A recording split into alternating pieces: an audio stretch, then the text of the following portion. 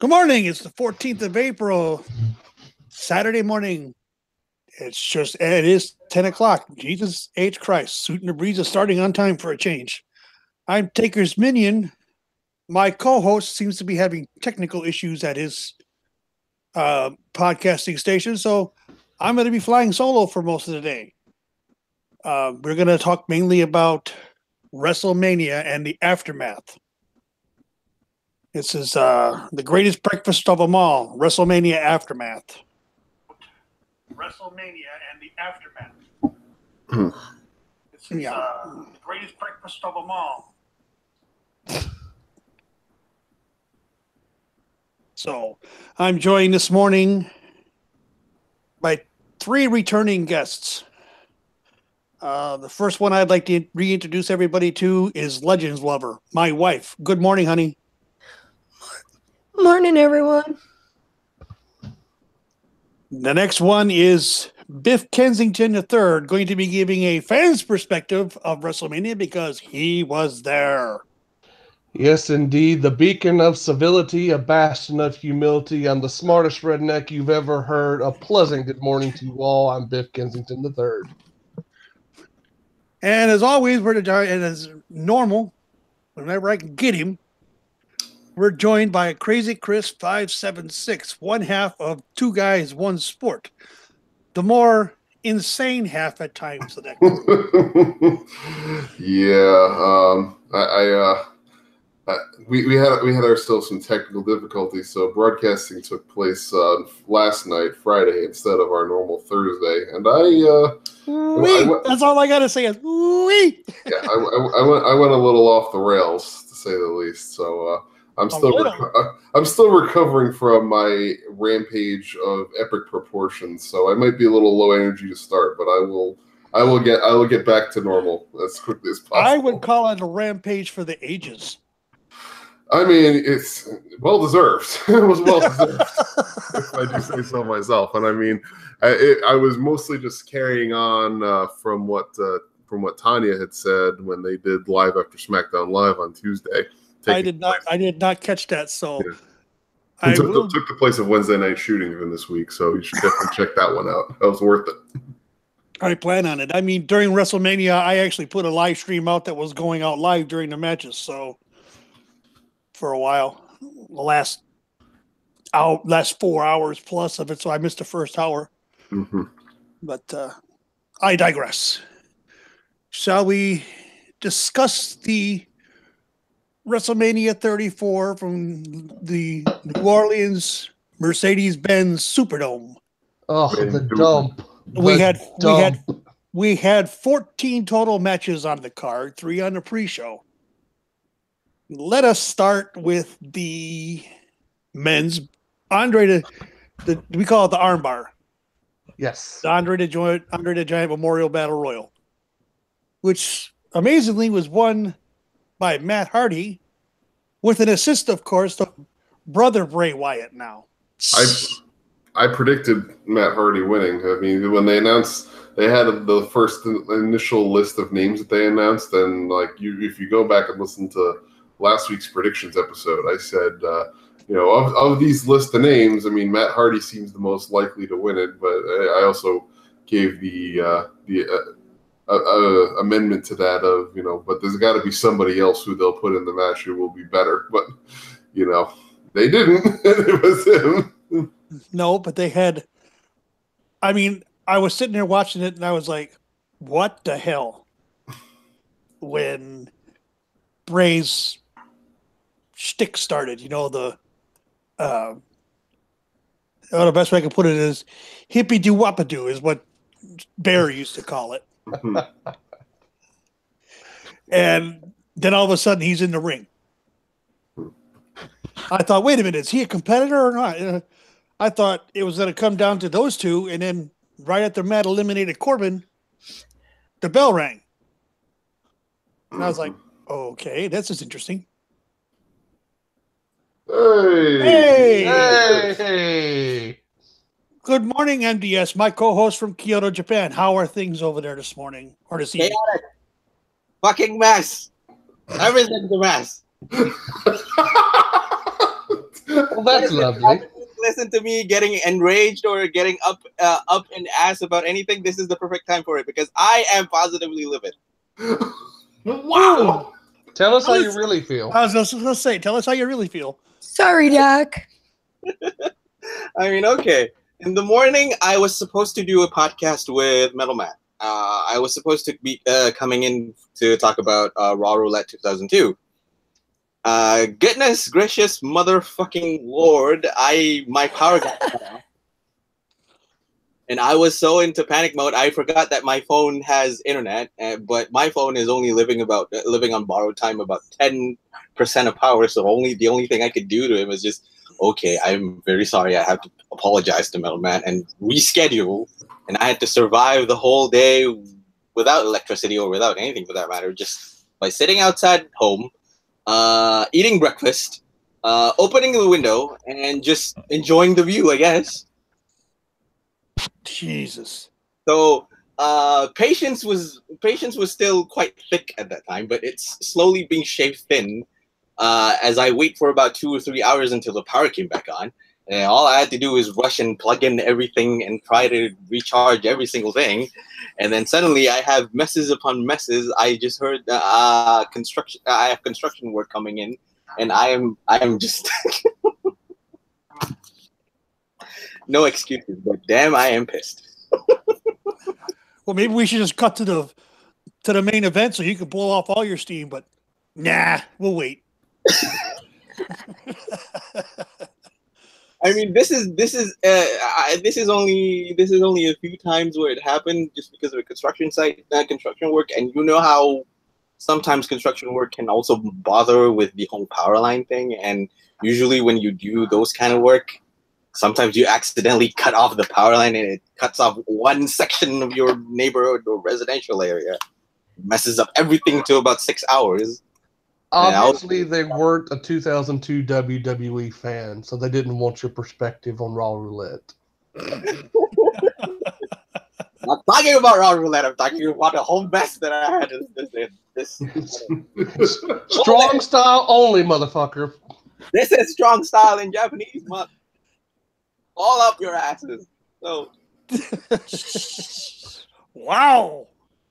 And this podcast is getting colorful quick. Yes, it is. And the thing about it is that we haven't even gotten to Chris yet. We're off to a roaring start. But it's also the wrong person. It's usually you, TM. Yeah, I'm usually the one dropping colorful language. But I've worked very hard on not doing that. Yeah, you try not to do that. And usually the ones with the color are usually TM or, in this case, Chris. Because he has a lot of shit to unload. Oh, so you heard the show last night, did you? Yeah, I did. Wow. I was like, all I was saying when he was going was like, wee. Okay, Chris, you just crossed the 1 hour mark. Are you going to another hour mark just to unload? Oh, yeah, he is going to. We just started 10 minutes ago. No, he was talking about last night. Oh, and I'm already up in arms, not because of wrestling. I'm already up in arms because of my weekend, which is supposed to be relaxing. Now I'm up in arms, and it's already, 12 a.m. in the midnight over here. Go get yourself a glass of sake and be quiet. You do not want me to be drunk. This is It's basically know your role, so. You already faced that. You already faced that different beast when we were busy live streaming WrestleMania 34. You were. I listened to that whole thing and I was, what the hell was I doing? I came back. Go ahead, LL. You wanted to say something? I was just going to say, this is my weekend off, and I get the cold, the thunderstorms, the rain, everything where I can't do nothing. Don't forget the snow. Yeah, that's coming tonight. Okay. 1 to 3 inches of snow, and it's the middle of fucking April. And I don't get weekends off very often. Okay. I get a 3-day weekend, and I'm stuck in the house. Okay. Fingers crossed, nothing bad happens tonight. If anything happens, I'll be raging on Twitter. Are we going to be hearing about MDS going postal? Yeah. Going down to that construction site with a gun and shooting everybody? Because this is the side of me I've never shown. Because usually I'm not the kind of guy who explodes in rage.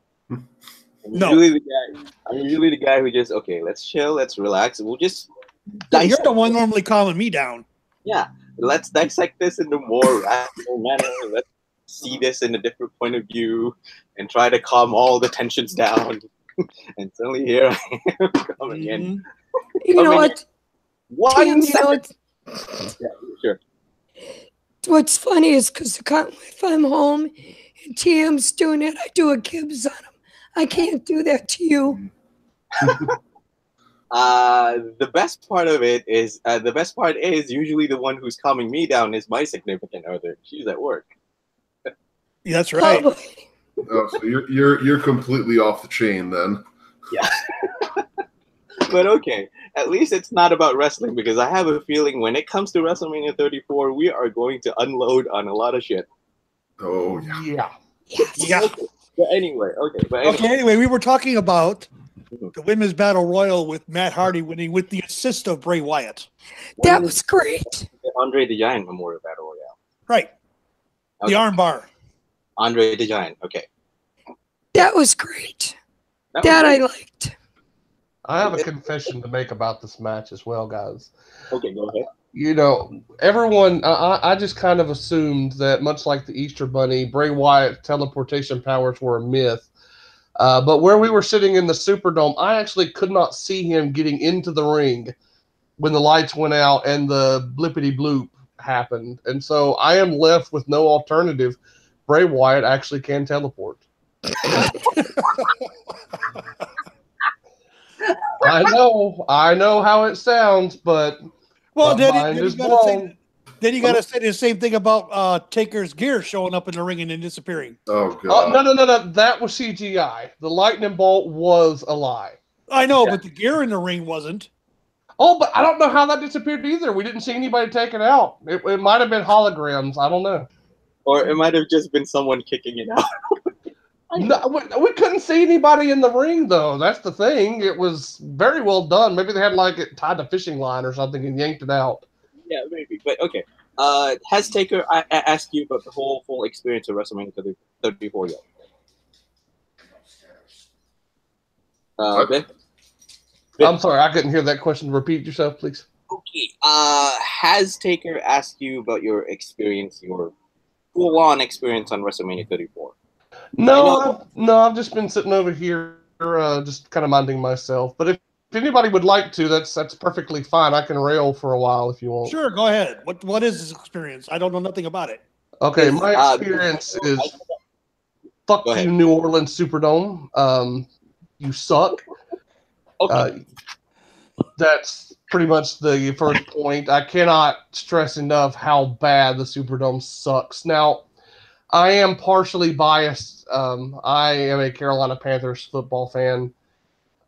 So I'm naturally predisposed to think that the Superdome is a toilet bowl. But let's be completely fair here. Whoever designed the Superdome was on crack cocaine. It's the biggest building I've ever seen in my life, and yet the concourses are smaller than a child's playground. It's ridiculous. Everybody's pushing and shoving, trying to get through the merchandise line. Taker, you were on with us a couple days ago, and Ryan was talking about how he was missing pretty much the entire pre-show just trying to get a poster. Yeah. If you had to take a piss, you were missing at least 3 matches. So, Superdome, you suck. Otherwise, New Orleans was quite nice. I enjoyed drinking alcohol at 10 in the morning in a park. Chris, did George not say the same thing about the building being terrible? He didn't really give any reactions on the building. Though I think by that point in time he may have just been too stone drunk to even be thinking about the actual specifications of the building itself. Yeah. So, but I'll have to ask him about that for next week. That'll be funny hearing him go off if he goes off about the building. Yeah, I mean, he did say that he spent a fair amount of time, on the concourses getting drinks and whatnot. So, and I can't say I blame him. Well, we'll get into that, but I think there was a match where everybody in the stadium decided to go take a piss. Yes, there was about 5 of those, by the way. But you had to be drunk Otherwise, your butt was just completely shot from sitting on the seat. Yeah. Okay. I mean, I've seen, you know, a lot of bad seating experiences in my time, but this one was the tops. I couldn't stand up straight after the show. So. I mean, I'm lucky that when I went to the Tokyo Dome, my seat was okay. I'm just lucky on that one. Well, aren't you just Mr. Perfect? Biff, my co-host was telling me that there was the 3 levels of seats. There was the regular stadium seats, and then they had the folding chairs on risers, and then they had the floor seats. Where were you? I was okay. I was on just off the floor level, but I was as far back on the lower bowl as you could go. One of the people in our party is in a wheelchair, and so we were sitting in the handicap section, which wound up being unfortunate because people that are kind of sitting back closer to the concourse, there was no sound hardly for anyone there. We had TV monitors that had the feed. It was about 3 to 5 seconds behind the live action in the ring. Which was helpful because even sitting where we were, it was quite difficult to kind of make out what was going on, but there was no sound. So whenever they would talk on the microphone, they would introduce everything. It was very muffled. We could not hear anything of what Elias was saying. So basically, you were hearing. Yeah, I heard the crowd chants much more clearly than I did anything on the microphone. And you couldn't hear the referee counting 3. It was literally a silent 3. He would smack the mat, and then you wouldn't hear anything. So, you get another screw you Superdome moment, but, you know. They have speakers. They're just too poor to pay the bills, I guess. I don't know. Well, that building's, what, 40 years old? It's a toilet bowl is what it is. It's shaped like a giant floating toilet bowl. Which is proper because the Saints are dog shit and that's where they belong, in a toilet bowl. Okay. I mean, it's not all shits and asshole, I think, right? I mean, they made the Saints made the playoffs, Biff. Biff, what are you bitching about? I'm bitching about the fact that the Superdome looks like a giant toilet bowl cleansing tablet. And it's just floating on the New Orleans skyline. And it survived Katrina, which is amazing. Don't do that. Don't bring seriousness into this. I can't call it a toilet bowl when freaking refugees are surviving a hurricane in there. Actually, yes, I can. It's still a fucking toilet bowl. And we've officially gone off the rails. We're only about 20 minutes in? Yeah. Is that not normal for these shows, Chris? I mean, you and George go off the rails. Yeah, but we at least wait until we're talking about the content of what's in the ring, not the venue. I'm talking about the contents of what's in the fucking toilet bowl. Oh my lord. Kami-sama ni kansha. Yeah, no kidding. Not for the Tokyo Dome. Anyway, we were discussing the Battle Royal. Yes. Yeah. Let's get back on task. Yes. Okay. Biff, what was your, like you said, you believe that teleportation that Bray Wyatt does is real? Well, I knew that Bray was coming because the blippity bloop hit, and that we could hear. The theme music we could kind of hear okay. So we knew Bray was coming. Did not see him getting into the ring, which was quite an impressive feat because in the Superdome, when the lights go out, it's not pitch black. I mean, you could obviously see the ring quite clearly. So I don't know if it was just a bad angle. We had a pretty clear shot of the ring. The lights came up, and he was just there. So I can only guess there was some sort of, black magic at work here to get him into the ring. Well, it is New Orleans. Yeah, I got a Zulu coconut story to share after we're done with WrestleMania. But sure. Okay. That sounds interesting. Our landlord was hitting on one of the women in our group, and she got a coconut from her. So They call it the Big Easy for a reason, folks. But yeah, Bray Wyatt just kind of magically appeared out of thin air. It's too bad that he doesn't have other magical powers like not sucking in his booking. But not yet, anyways. Not yet that we know now, anyways. Yeah, well, I wish he had telekinesis and could just destroy like 2 years of his entire career on the main roster, because I would really like to forget them. I think Tanya had it said it best. Bring back Husky Harris, and he walked, and everybody's like, "But you're Bray Wyatt." He goes, "Well, I don't remember anything. I'm Husky Harris. The last few years are a blur. I don't know what happened." I was so disappointed that he didn't just pop up out of the lake of reincarnation. Like, what the hell am I doing here? As Husky Harris, and just Husky Harris, yeah. I was kind of expecting that they would do this whole, Bray is now Matt's disciple thing, and it was just as hokey as I thought it would be when I initially expected it to happen. So, yeah, I mean, the only nitpick that I can do is that it's a bummer WWE went with all mid-carders rather than introduce some surprise entrants into the mix. That's all the nitpick that I can do. But yeah, there were no surprise entrants. There was nobody.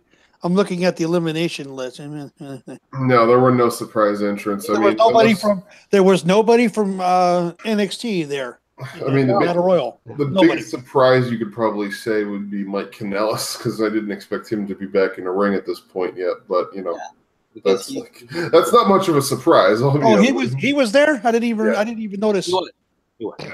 Surprising. He got eliminated pretty early, and I was watching the show with a buddy of mine here in my new place, and we watched him go over. And I said, "Who is that?" And I looked, I'm like, "That's Mike Bennett. Holy crap!" And it was like, a few minutes later, obviously he called Mike Kanellis, and then they said, "Oh, there goes Mike Kanellis." He got eliminated, and that was it. I was it's like, thanks for coming for 30 seconds. Because the only two nitpicks, because the other one isn't really that much of a nitpick. It's just me sounding out something, because I felt that in spite of all the entertainment that it had, and the whole battle royale thing is all right, it felt like it was a low energy battle royale with few highlights of note. I mean, the only high points that I can see is that Ty Dillinger, Matt Hardy trading taunts, Wyatt appears in the ring. That's it. Yeah, well, I will say this in all seriousness to the match. It was very much a preliminary feel to this match. People in the stadium, it was so early in the night, people were still trying to get settled in the Superdome. And I got to be honest, when they started playing the WrestleMania theme music and I saw everybody coming down to the ramp, it took me about 30 seconds to realize this was the Battle Royal. I thought it was just a bunch of people partying down the ramp before the show started. And then I was like, oh, wait a minute, that's Matt Hardy.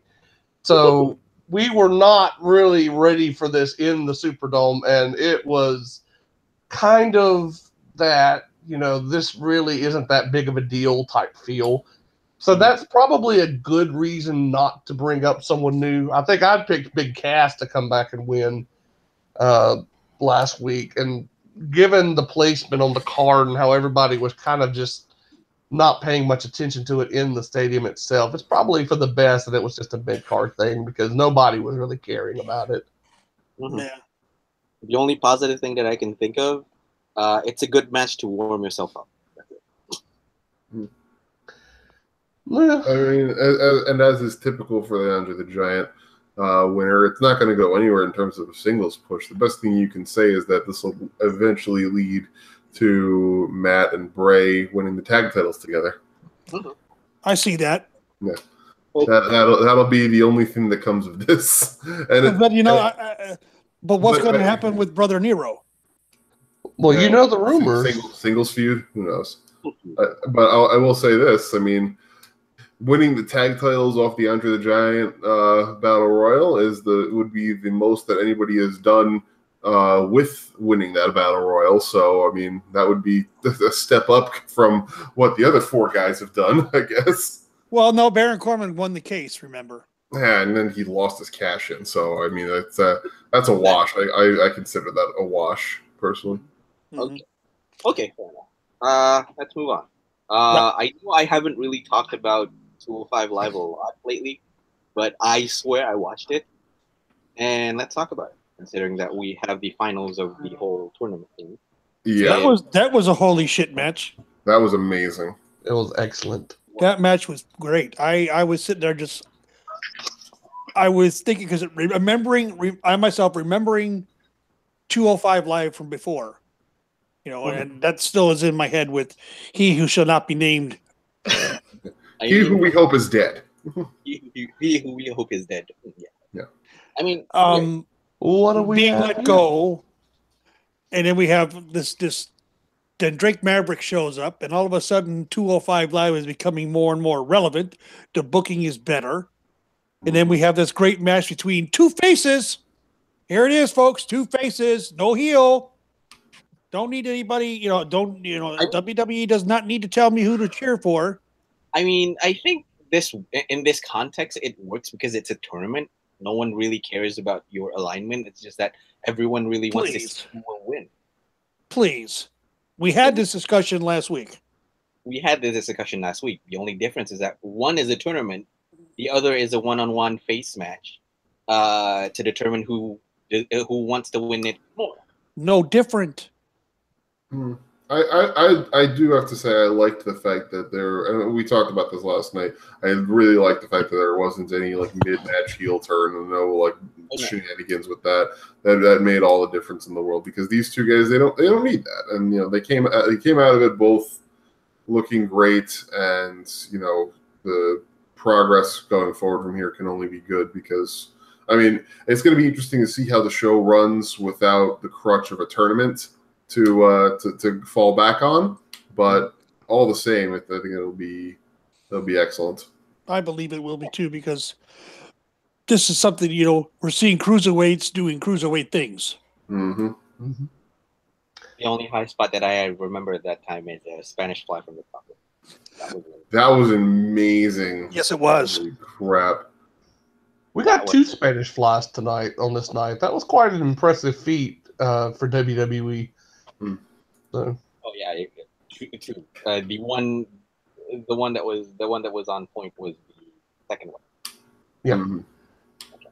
But okay, I like it. Match was enjoyable. Some people will criticize that.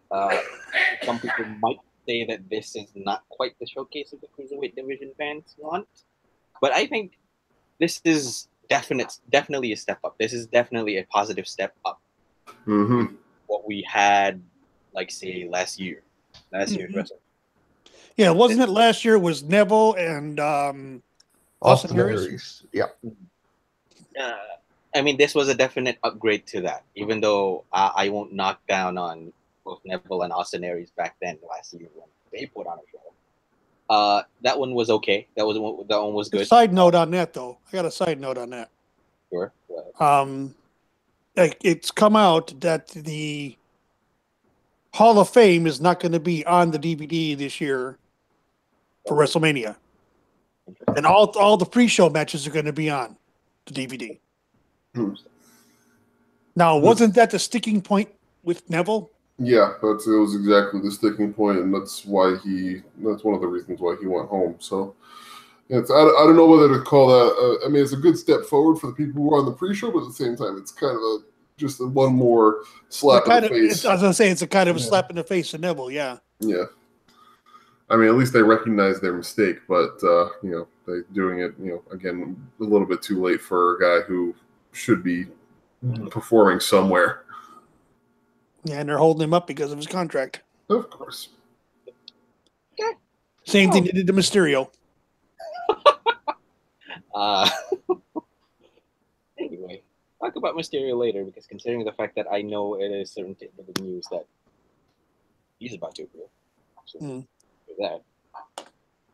Anyway, the other Battle Royale. I think this is the WrestleMania Women's Battle Royale in the pre-show. Yes. Anyone wants to? This was a match that happened. Okay. Although it did push the story along between Sasha and Bayley. Okay. I liked the NXT people showing up and them trying to get the crowd into it, but I mean, it could have definitely been a little bit more significant. And some of the people that they chose to represent NXT, they could have made some better choices about that. Just a wee little, yeah. Yeah, I mean, all respect and appreciation to Kavita Devi, and I know that it's monumental that she's the first Indian woman to perform in a WWE ring, but good God, she is not ready for in-ring performance in front of a large crowd. No, she's not ready for. But the thing about it is that in the May she looked good. Who? Kavita Devi. Kavita Devi. Oh, okay. Yeah, she looked really good in the May. Mm-hmm. I think, in a sense, that I think I would like to just go out on a limb and say maybe she's a little bit shell shocked by the amount of people there, and I think that was part of it. I think she was just overwhelmed by the 70-some thousand there. Or she's greener than turtle shit. That's a possibility too. I'll err on the side of positivity rather than negativity because I already had negativity. No, let's see who's greener than turtle shit. Dana Brooke is greener than turtle shit, and she's been on the main roster for a year and a half. Dana Brooke, what happened to you? We broke not. More like what didn't happen to you, because improvement was something that didn't happen to you. I beg to another differ. one that was eliminated later in Lana. She's even greener than baby turtle shit. Oh God, I don't ever want to talk about her again. No. At least give Dana Brooke some credit. She wrestled Asuka twice. She lost in like 22 seconds. Hey, I was gonna say it got squashed both times. I could last 22 seconds against Asuka. You could run around for 22 seconds. Well, maybe not 22 seconds. I might be wheezing about 15, but might run around for about 10 seconds before she catches you and puts you in an armbar, and then you just cry mommy.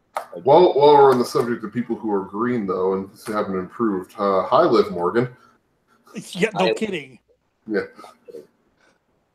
But they got her in sink or swim mode now. Yeah, I mean, I think that not to jump ahead to SmackDown here, but I think that the Icons debuting may spell short-lived doom for the Riot Squad, because Ruby Riot's much more valuable as a singles competitor and a babyface and a heel, and Sarah Logan as well. And Liv Morgan is just there. She's lower card. Liv Morgan will drop down the card to enhancement talent for the women. Yeah, unless somehow in some inexplicable way Carmella finds her. Please no. Which I will not talk about right now. Let's just move on to because I've got my thoughts on that shit. All I will add is just remember who's running this show before you cast anyone off. So yep. Let's talk about one possible high spot, because I think this one was a great match. Miz versus Finn Balor versus Seth Rollins for the HFI No Championship. Anyone can start off. Go ahead, Chris. Damn, I just freaking took a bite of my protein bar, of course. Sorry. Perfect timing. You go. No, it's fine. I really like this match. I think it set a good tone for the night that unfortunately the rest of the night didn't follow, but that's besides the point. I had said on my show that, and my co-host agreed with me, that we expected the Miz to be a net neutral in the match, that he wouldn't bring anything bad, but he also really wouldn't bring anything good. And I was surprised, somewhat pleasantly surprised, to see that he actually did bring some good stuff to the match. And it was weird to see him not healing it up and cheating and bringing the Miztourage in. That was really kind of strange, although I think that has more to do with them wanting the Miz to be perceived in a semi-positive light as they head into his reality show with Maurice. So that might be why they're kind of reining it in with the heel bullshit with him. Yeah. Overall, I think that if I can talk for a second about entrances, Finn Balor, applause to you, sir. You're amazing. And Seth Rollins, never wear contact lenses again. Yeah, I know. Bright blue contact lenses. I was like, that White Walker Game of Thrones crap. I mean, like, I'll get into this. I'll get into this later. But like WWE's incessant need to try and like insert themselves into any and every pop culture reference that they can possibly find is just getting pathetic. I mean, the only question that I can bring up is that whether that was a WWE decision or Seth Rollins wanted to do. Oh no, it was absolutely WWE decision because George told me apparently if they didn't show it because they were zoomed in on Seth, but the graphic behind him actually showed the White Walkers from Game of Thrones. It was a White Walker. Yeah, it looked like a zombie from where we were sitting, but then it made sense when I saw the contact lenses. So yeah, because of the whole masquerade mask then showing the face of the White Walker. Yeah, so like that just is like just cut it the hell out. But overall, the match itself, I definitely enjoyed. It was easily the best IC title match that we've had out of WrestleMania for quite a while. Because I mean, two out of the last 4 IC title matches that we've had have been ladder match shitstorms, for lack of a better term. And last year's IC title match, I don't even remember what it was. So that should tell you just how good that match was, whatever it was at WrestleMania 33. This one was definitely one that I enjoyed a lot, and I liked how it was worked, and I'm glad that the guys got a significant amount of time, and I'm glad that Seth Rollins won. Him getting that Grand Slam now, it's good for him. I am. Quick note, for last year's WrestleMania, at least this one was an upgrade, as considering the fact Dean Ambrose faced Baron Corbin in a pre-show. Right, yeah, that pre-show match, yeah. That was absolute garbage. Mm-hmm. I mean, Taker, I think you need to have the puke bucket now. Why? Because I'm gonna say it right now. The Miz was impressive. Oh, I'm not gonna puke about that because I agree. Okay. Because I could argue that this was one of Miz's best matches in a triple threat. Because, like Chris said, I tend to expect Miz to do his shenanigans, do his insufferable heelish ways, like try and cheat or try and take advantage of it. But no, he tried to wrestle, and he tried to wrestle against arguably two of the best talents in the roster right about now, in both Seth Rollins and Finn Balor. And he came arguably on top as well. So even in defeat, he looked impressive. But I'll preface with going and say, what a fucking opener!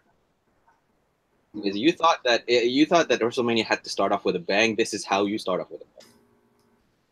It was a very smart decision to start with a work rate heavy match, especially with the WrestleMania crowd being a bit more hardcore than the average crowd. I would say that you needed this type of match to really get the crowd going. You couldn't drop a clunker in the opening spot and keep the momentum up. You needed something on this level. They put 3, like you said, they had you said a worker heavy load match. Well, all 3 of them are solid workers.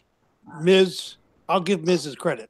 Okay, as much as I don't like the bastard, the character that is the man. I have no problems with the character. I can't stand. Everybody knows it. Yeah. You got the Miz, Rollins, and Balor. All three of them are hardworking fools. You gotta wonder, is the sky falling when both Taker and I have semi-good things to say about the Miz on the same show? This is unprecedented. Well, Chris, the thing is this: we recognize solid work. Yes, absolutely. And we appreciate solid work. Mm-hmm. And that's what it boils down to here with the Miz. Yeah, since the birth of his kid, and I noticed it when he came and was sitting ringside that night. He wasn't healing. He was being a doting, proud papa. Mm-hmm. And I was like, "Who is this guy, and where is the Miz?" They really want that reality show to take off. They really want that to be a big deal. Yeah. Can we just add that Miz is living quite the charmed life? He's married to Maurice. He has a new child, defending his Intercontinental title at WrestleMania. He's got a new reality show. And TakersMinion actually enjoyed his match. Yeah. Well, I enjoy any match where he loses. Got him. Sorry, Sal. Guy really is going to fall down. that way. So, yeah. I had to take my shot, Chris. It was right there. The door was open. It cracked. I kicked it all the way open. I'll keep feeding you those softballs sporadically throughout the show. So Appreciate it. that's what I am here for you. Okay, Dusty. Now, I got a real quick question of you, Chris. Uh-oh. Chris? Yeah, what's up? Sorry, I stepped away just a second to grab something out of the fridge. What was that? Sure. Yeah. Having been on this show for just a little bit, Yeah. for 40 minutes or so, meeting Biff Kensington III for the first time, Mm-hmm. does he not sound like Bruce Pritchard? I don't know what Bruce Pritchard sounds like enough to be able to say one way or another. You need to go listen to Bruce's podcast. I certainly do. Because you There swear are a to lot God. of podcasts I need to listen to, Were apparently. you saying, wait, were you saying Bruce Pritchard or Conrad Thompson? Because I think we Or agreed Conrad, yeah. Conrad Thompson. that Conrad Thompson. I was about to say, well, goddamn, pal. No, that's Conrad Thompson. You're correct. I stand corrected. He does sound like Conrad Thompson. And he's... Because the first time I heard his voice, I was like, who? No. Another podcast I also need to get. Well, but Conrad does those two with... one with Bruce Pritchard and one with Tony Schiavone. Yeah. I just need like another whole day of the week. I need an 8th day of the week just to get caught up on podcasts and media and stuff. That's fine. I mean, you plug plenty on your show. We plug plenty on our show. Yeah. I plug a few. I also plug a few podcasts. So Anyway, I think we can agree that all of us enjoyed the Yeah, it was a great appetizer. Very good. The appetizer for the show, and I think all of us can equally agree that we enjoyed the next appetizer that came in. Charlotte Flair versus Asuka for the SmackDown Women's Championship. The only thing I didn't like was the finish. I didn't like Asuka losing, but I understood it. I didn't like it either, and given the context of what happened on Tuesday, I like it even less. You and me both. yeah. But You should have seen me Wednesday and Thursday, man. I was going off because Tuesday night was the day I fell and busted my head up. yeah, like I am glad that my girls, the Icons, got a good solid debut and were given some agency. But this is the first time I hear you say you are an Iconics fan. what are you new? You don't pay attention to anything? I'm like the biggest Peyton Royce stan that there ever was in all of history. Testify, that's my my brother. girl. Testify. I know that you're a Peyton Royce fan. Barf. I do know that you're a Peyton Royce fan, but the Iconics? I mean, Wow. Okay. yeah, that's my those are my girls right there. I mean, Damn. they're deserving of their spot. You need to sit him next to Chris. They're deserving of their spot, and I'm glad that they finally got their main roster promotion. I'm glad that they came in with a bang. But resulting in a cash-in kind of dampened the moment for me. Because I've said this, and I will say it till the end of time. Sure. Charlotte took the streak Sunday, Mm-hmm. which, if you look at Asuka, it was almost like she was relieved that it's over. I think she was getting tired of it.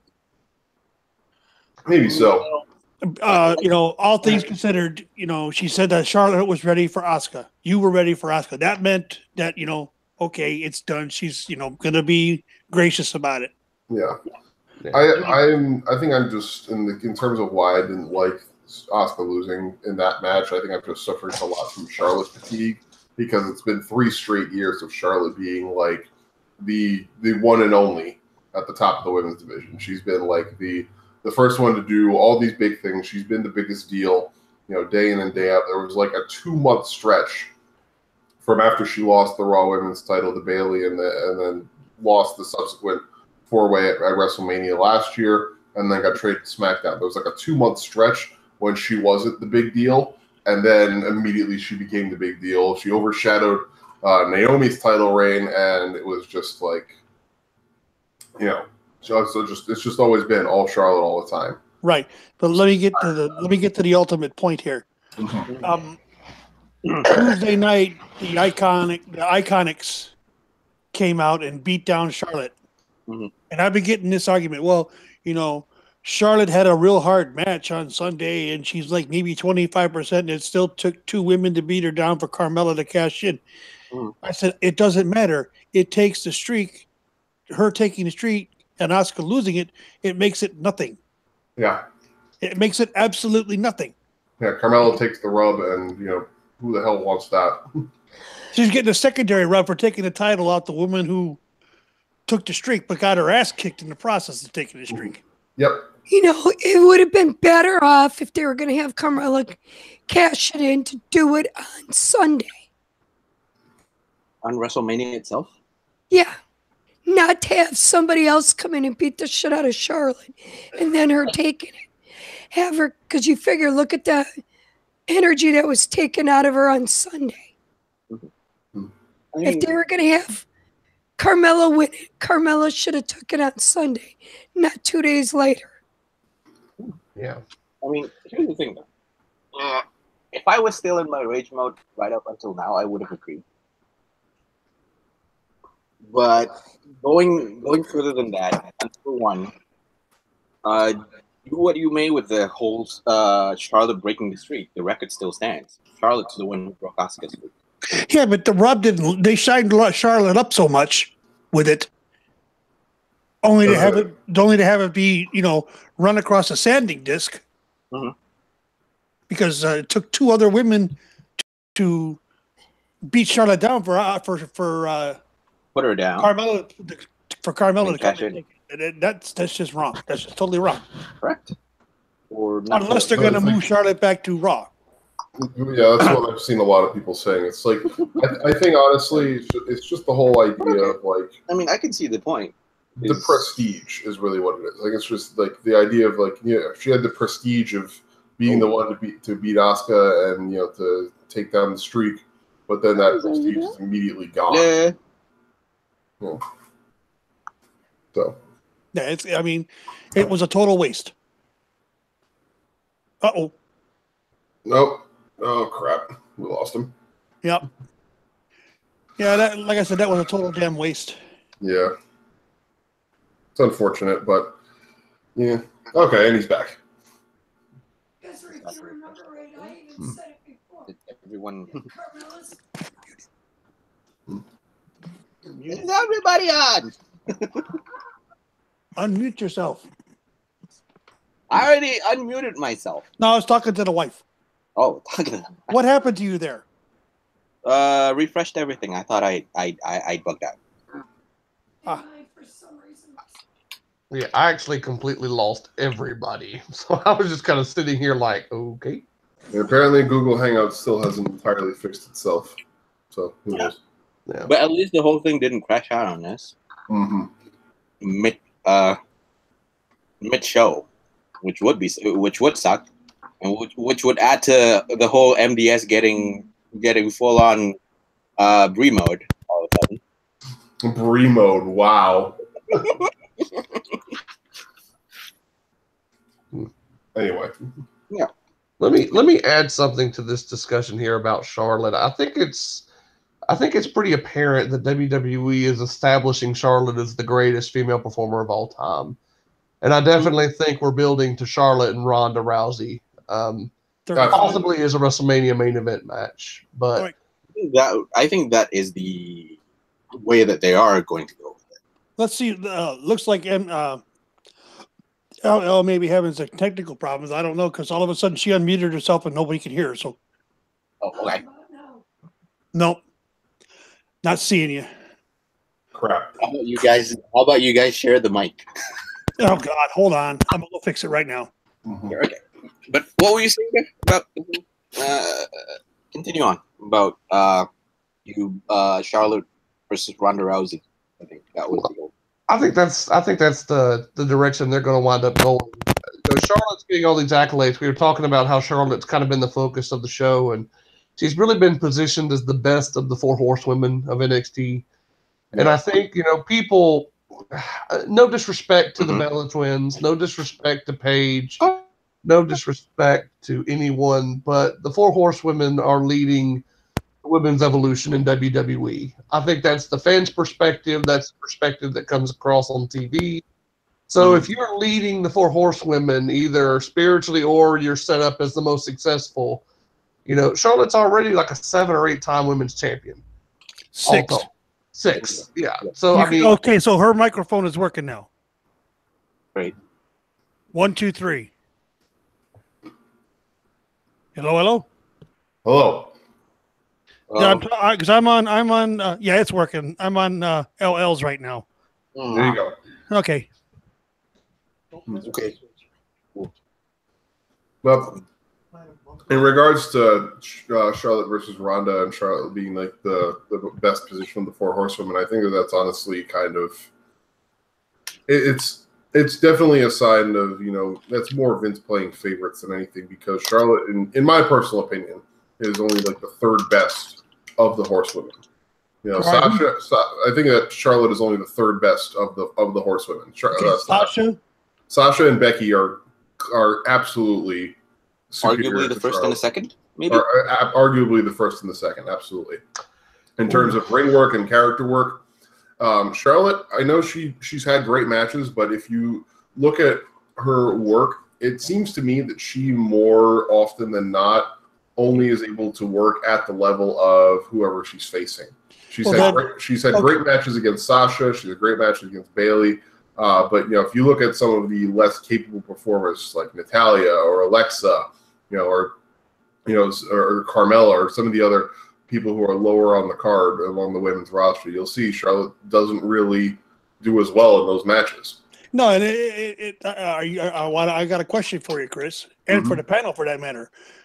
Is she suffering from the Randy Orton, Shinsuke Nakamura disease? No, I don't think so. I think that she's doing what she's capable of doing, but no, because she had an outstanding match with Asuka. Those two. Yeah. But again, that was a gem of a match. But again, she performs at the level of the person she's facing. Exactly. That's why I asked that question.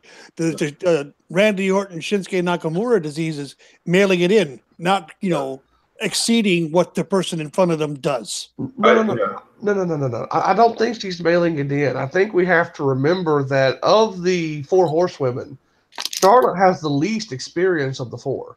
Yeah. All the others had significant experience on the independent scene. In some cases, going back years. And so Charlotte is the newest, really, to this business. Yeah. But I think that's the beautiful thing about the Four Horsewomen. When you look at them, all 4 have their strong suits that really complement one another. And, you know, we can talk about this if you want to, but look at each of the Four Horsewomen, and they each have a skill or a quality that sets them above their peers. Becky Lynch is probably the best as a pure in-ring worker. She's probably the best in terms of her in-ring ability. Sasha Banks is the best heel of the group. She's the best character. And I also think that she's the best promo. Charlotte is the most athletic. She's the most agile. She has the most agility, which when she's in there with someone that's really competent in the ring, it produces a great match. I think Bayley is the best ring general of them all, because Bayley, even though she's not as fluid as the others, she has the capacity to work against a diverse range of opponents. You know, Bayley, she had probably the most memorable NXT Women's Championship run, and she was spending a lot of her time facing people like Eva Marie and Nia Jax before Nia kind of improved. You know, Bayley was getting 4-star matches out of Nia Jax long before Nia Jax got to be competent in the ring. Yeah, she did. So, I mean, you know, Bayley's probably the best ring general of them all, just from her ability to tell different stories. Yeah. So it's kind of interesting how they all complement each other in that way. Mm-hmm.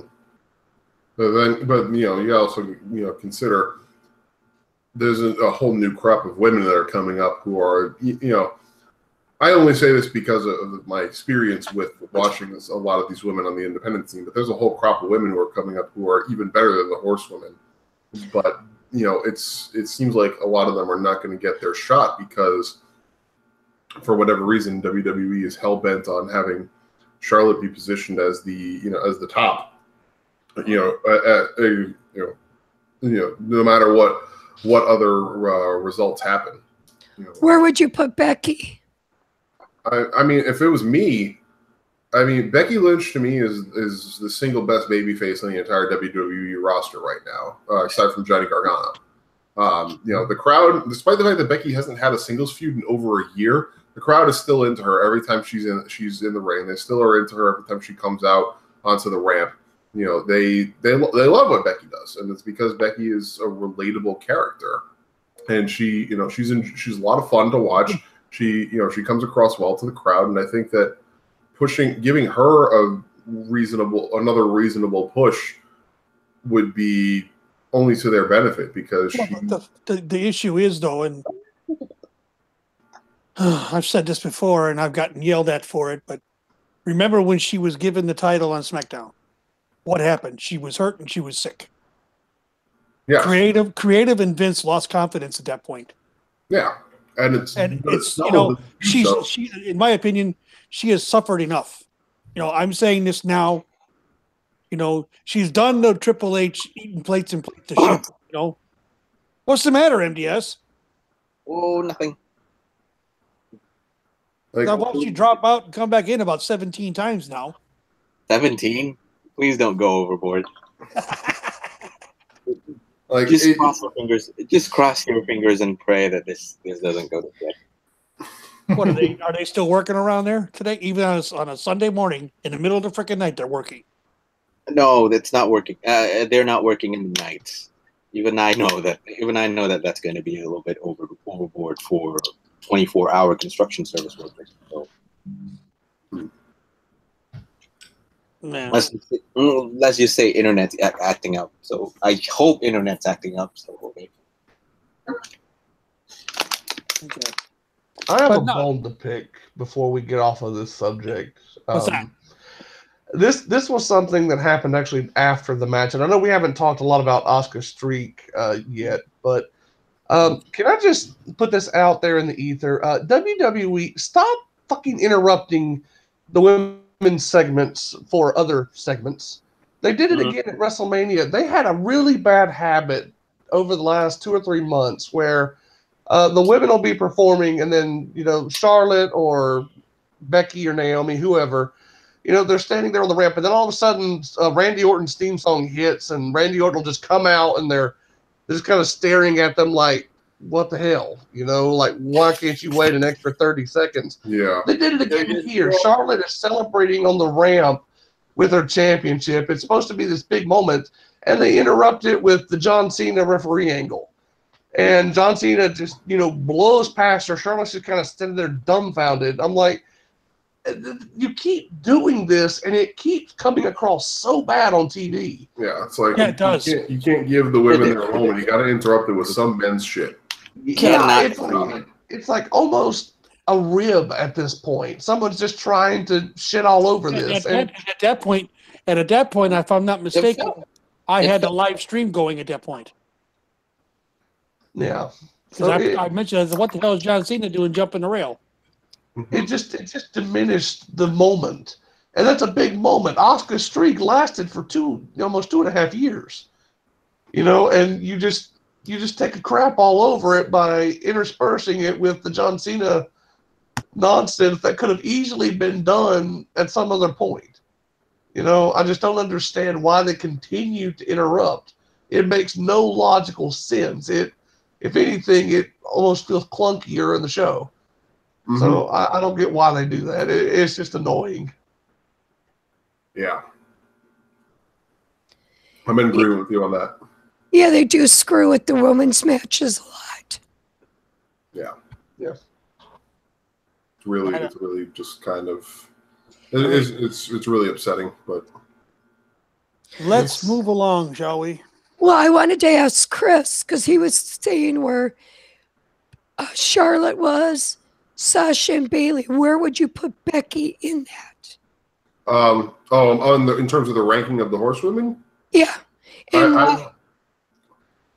It's hard for me to say. Like, Becky is definitely the better in-ring worker, but Charlotte is the bigger, or I should say Sasha is the bigger personality. So like I kind of have them both tied as first, honestly, because like they both bring different things to the ring, but they're both exceedingly great at what they do. So like I put them both as one and two. Yeah, 1 and 1A basically, and then Charlotte's 3. Yeah, that makes Bailey 4. Yes, and it's sad to say, but like I have Bailey as 4 mostly because of the fact that she's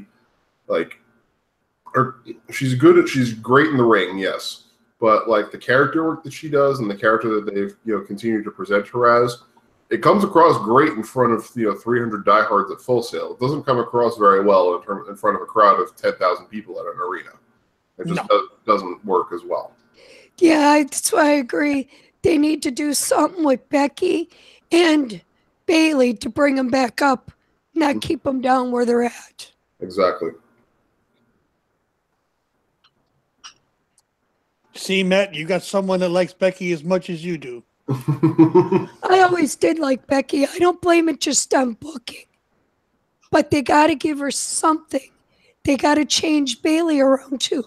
Sorry, I go as Bailey as a heel. That would have made sense. That would have been like a Bailey heel run would be a great way to kind of freshen things up for her. Even Becky, Becky is a great face, but they should make her more in the middle. Because if she's in the middle, she could go either way. Yeah. It would build her character up a little more too. Yeah. You just got to keep heel Bailey away from Twitter. I mean, okay. I think it's not a matter of. I think it's more a matter of who do you want to push the most. I think. I mean, all 4 of them have a shout of being. Each one of us, ours is favorite. I think. I mean. Even if you say that, even if we say that, okay, I think Becky Lynch is one of the greatest, quite possibly one of the best women's wrestlers on the roster as of the current. People would say that, okay, I think Charlotte is much better. Some people might even go to the end of the earth and say that Becky is one of the best. Yeah. Not gonna say yeah. I'm not going to say that it's not a bad thing. It's just that it's a good thing that we have a variety of talent that we can actually latch onto and just support. Absolutely. I could probably drop a hot take right now that would really make people angry that were listening. Go ahead. Sasha Banks is the most overrated person in WWE. I'm just going to drop that little tidbit right there. That's not saying somebody's clapping. Who we got clapping here to support me here? Well, I kind of agree with that. But if you notice something, Sasha's lost a lot of her, quite a bit of her fan base after Paige got hurt. Yes, and that's she is not getting the pops that she used to get. Yeah. I mean, if there, I mean, I'm not going to wax lyrical on that one or just make an excuse on that one. But if the Sasha fan who pulled out from supporting Sasha Banks is mad at her because she's the person that caused Paige to get hurt and subsequently retired. I question. I don't think she caused it, but if you notice the reaction from the universe, I don't know, they don't cheer her as much. It's like they blame her. It's not her fault. It was an accident. Yeah. Right. But her pops aren't what they used to be. Her rating is going down because of that. I think it's more because in storyline she's the one who's getting the short end of the stick. Yeah, I think that the timing of it is a little bit more coincidental than anything that happened just around the time that Paige got injured. I think it's a bigger piece of it is likely just fatigue on the part of the audience from having seen Sasha get pushed and then get the short end of the stick so many times that they're just tired of trying to make something of it. Well, it's no different than the situation with Bailey. She's the one that has been getting the short end of the stick for quite a while. Yeah, exactly. Okay, and her pops have dropped off too. Mm-hmm.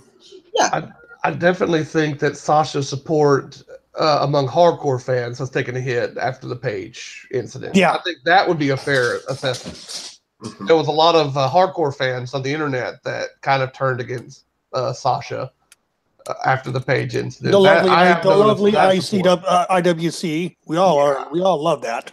I have noticed, quite a bit of backlash towards Sasha for that. And again, it's not fair. Accidents happen in the ring. We shouldn't blame Sasha for what happened to Paige any more than you blame Sheamus for what happened to Daniel Bryan in 2015. Or blame Nia for what happened to Bailey last year. Yeah. Or blame Finn Balor for what happened to Seth Rollins. Exactly. Or vice versa. You mean Seth Rollins for what happened to Finn Balor. Yeah. The wrestlers don't blame each other. So why should we? Right. Yep. I mean, sure. If you want to beat sticks about it, maybe there's some minute feeling of discontent, something like that. But I think in the more bigger perspective, they understand the risk of coming into the ring. Because, let's face it, they're putting their bodies on the line for our sake of entertainment. Well, think about it. When that actually happened, there was video on the internet. You could literally see Sasha was in the ring crying. Yes. Does that not tell you that she cared? Yeah. She wasn't being reckless. I mean, because again, this has been covered many times, but they did the exact same spot the previous night, and it worked out fine. Just things happen. You can't avoid it. This is a dangerous business.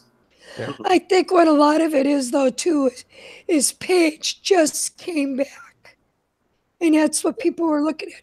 Oh, she just comes back and you're going to put her out. That's not right either. They shouldn't blame her. Paige might not have been ready to come back. Paige knew she was on borrowed time. She even said that. Yeah. It's just trying to grasp for an excuse when something like this happens. You look for something, you want something to blame because it feels unfair, but that's just the reality of the situation. Paige came into the WWE with spinal stenosis. She's been wrestling since she was 13 years old. Her body wasn't even fully formed, and she's taking bumps in the ring. And it destroyed her back. And so she's coming into this injured. It's amazing that she got as much of a career as she did. It's just unfortunate that, that spot happened. It's not anybody's fault. Accidents happen. Yeah. Like you said, it happened the night before and nothing was wrong then. You do it this night and then it goes wrong. You look at the match with a prime example. You look at the match between Bailey and Nia when Bailey got injured. Mm-hmm. Nia was telling, and you could see it. Nia was telling her, "Let's finish it. Let's just go to the finish." And Bailey's like, "No." Bailey wanted to get to work and with her shoulder wrecked. That's more her stand because it's on a wrestling standpoint. But you could see Nia's heart was not in that match from that point forward. Yeah, because Bailey's injured. Right. I mean, there's this 50-50 split of one side of the thought thinking that your health and safety is much more important than the match, and then there's this other half where, on a wrestler standpoint, no, the story is what keeps us going, and the story is what keeps the whole match going. And then she's out for 2.5 months because of the shoulder. Yeah. But then you got people that turn around and they blame Nia for it. Said she's dangerous. I mean, that I think that personally, I think that's just again people grasping at straws just to think of what to believe. One of their favorite wrestlers gone or injured or getting hurt from an incident or something like that, and they're just grasping at straws, thinking about what to believe. I don't know what was going to happen. I don't know what to believe. Oh, okay, this person actually hurt her. I'm going to hate on her. Yeah. And that was one of the things I was defending. And, you saw it, MDS. I was defending to the nth degree over it because it was a freaking accident. It was. And so many people were saying, no, she did it on purpose. I said, she's unsafe. She's too green. She's this, she's that. I said, wait a minute. It was an accident. Yeah. Yeah. Number one, it happened. Number two, shit happens. Number three, they're in a profession where somebody's going to get hurt, regardless. Yeah. Irregardless of anything that you do, you're gonna get hurt. You're gonna get hurt doing a simple bump rather than taking a tombstone pile driver. So there's that. And some people just, if something happens, they move just right. They don't fall. They don't fall right. Yeah. Look at the Styles Clash over in Japan. Okay, a wrestler got his neck broke. He took the bump wrong. I think that was Yoshikatsu. Correct me if I'm wrong, Chris. I don't remember who it was, but I think it might have been Yoshihatsu. Yeah. Yeah. He got his neck broke because he tucked his head instead of lifting his head up. Yeah. I mean, the same thing almost happened to James Ellsworth. Exactly. I was just about to say that. And Ellsworth AJ Styles caught it in time. Yeah. So you cannot tell me that they don't look out for one another. And you think of it this way. Look what Braun did that time. He was trying to, who was it he was wrestling, trying to protect when he slammed him? Put his arm under so it wouldn't hurt the neck. Kurt Angle? Yeah, Kurt Angle. Yeah. I mean, we veered on a tangent, but I think it's more or less, it's just... There's a lot of things that we can talk about on the whole subject matter, but I think it's been talked to death already about it. Yeah. And we've gone way off the track. We've gone on a deep segue on something else. Yeah. So let's move on to Jinder Mahal, Randy Orton, Bobby Roode, Rusev. Oh God, let's go back to the talk about the injuries in the ring and stuff. Please no. Yeah. Can we just skip? Can we just skip over this for fuck's sake? I got a paper cut. I got a paper cut today. That's an injury, right? Mm-hmm. I had a hurricane in New Orleans. Let's talk about that instead. All right, we'll skip it. I mean, I hurt my shoulder again. No. We're not skipping it. We're professionals here. We're trying to be professionals. We have the hell I am. I'm sitting here talking about anything but Jinder fucking Mahal. Yeah, no lie. The funny thing was that even though I said Rusev was going to win, deep in my heart, I knew Jinder was going to walk out with it. It's your fault. It's your freaking fault. That was you cursed it. You jinxed it, you bastard. It was a garbage match. It was terrible. It was hot shit. Is what it was. Yeah. Okay. A hot, steamy, creamy pile of shit. I'll do this. I'll do this sweet. I'll do this simple.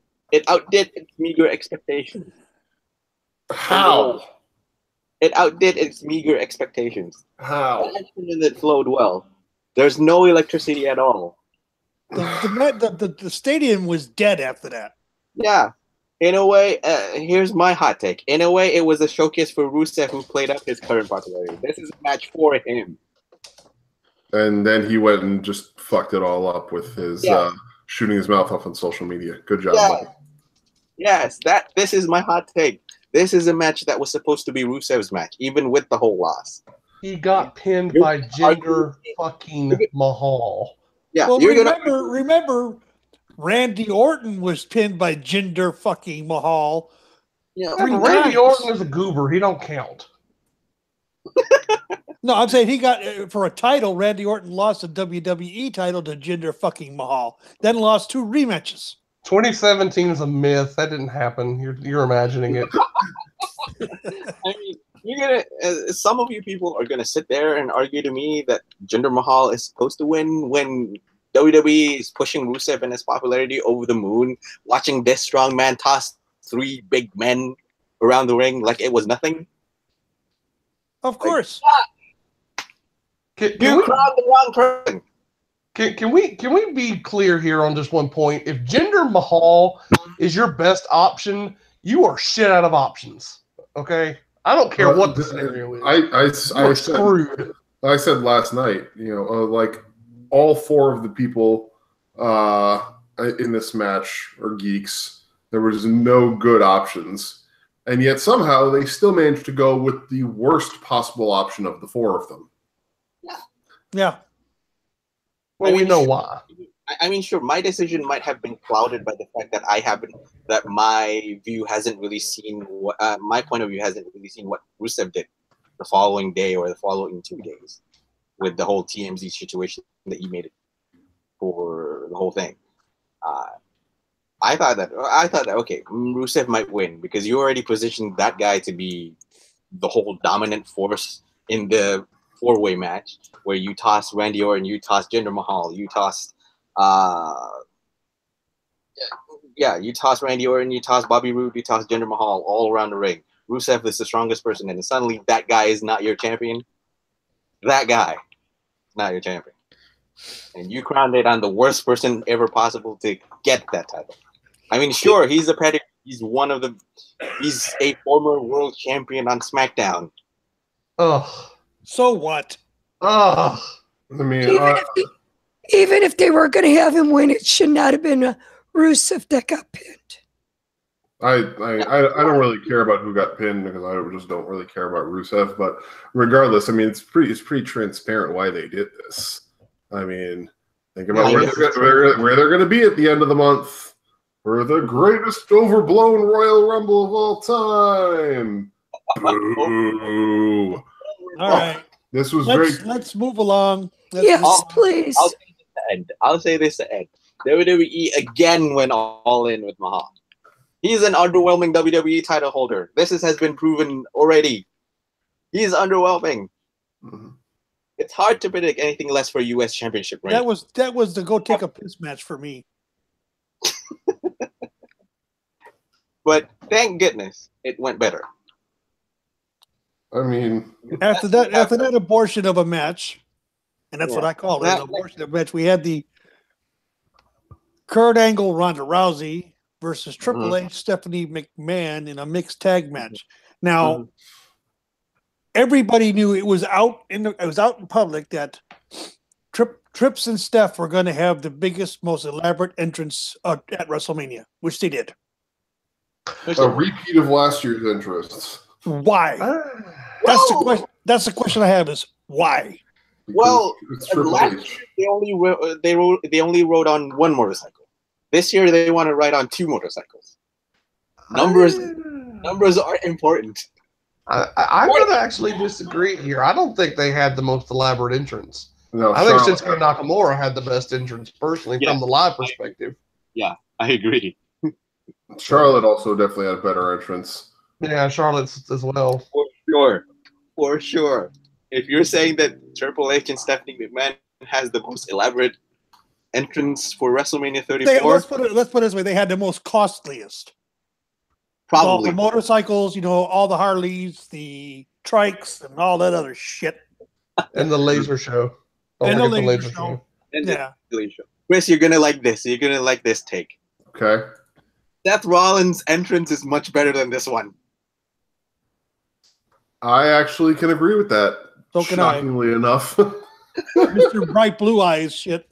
Yeah, the White Walker entrance actually was better than Motorcycle Redux 1 year later. That's what I'm going to call that because it's 1 year later, Motorcycle Redux with an addition of 1 extra motorcycle for Stephanie McMahon.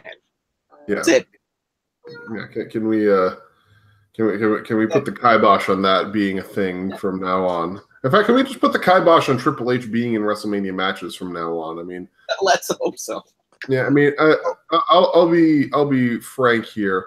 It wasn't a bad match. It did go for way too long, but it wasn't a bad match, all things considered. However, Triple H does not need to be in a WrestleMania match ever again. Oh my goodness! I'm looking at the numbers here. Mm-hmm. Kurt Angle, the mixed tag match, was the longest match of the night at 20 minutes 40 seconds.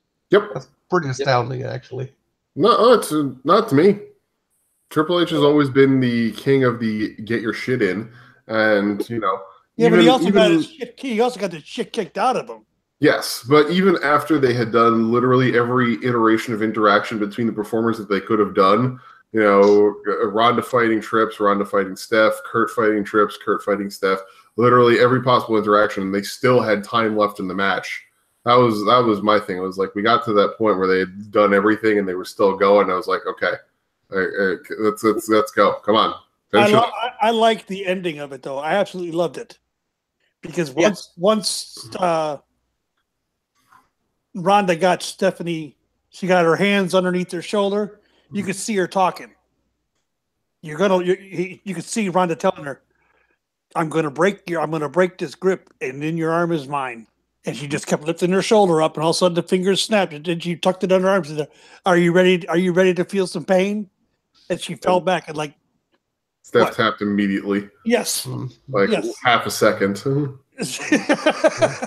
I mean, she sold it. They both sold it brilliantly.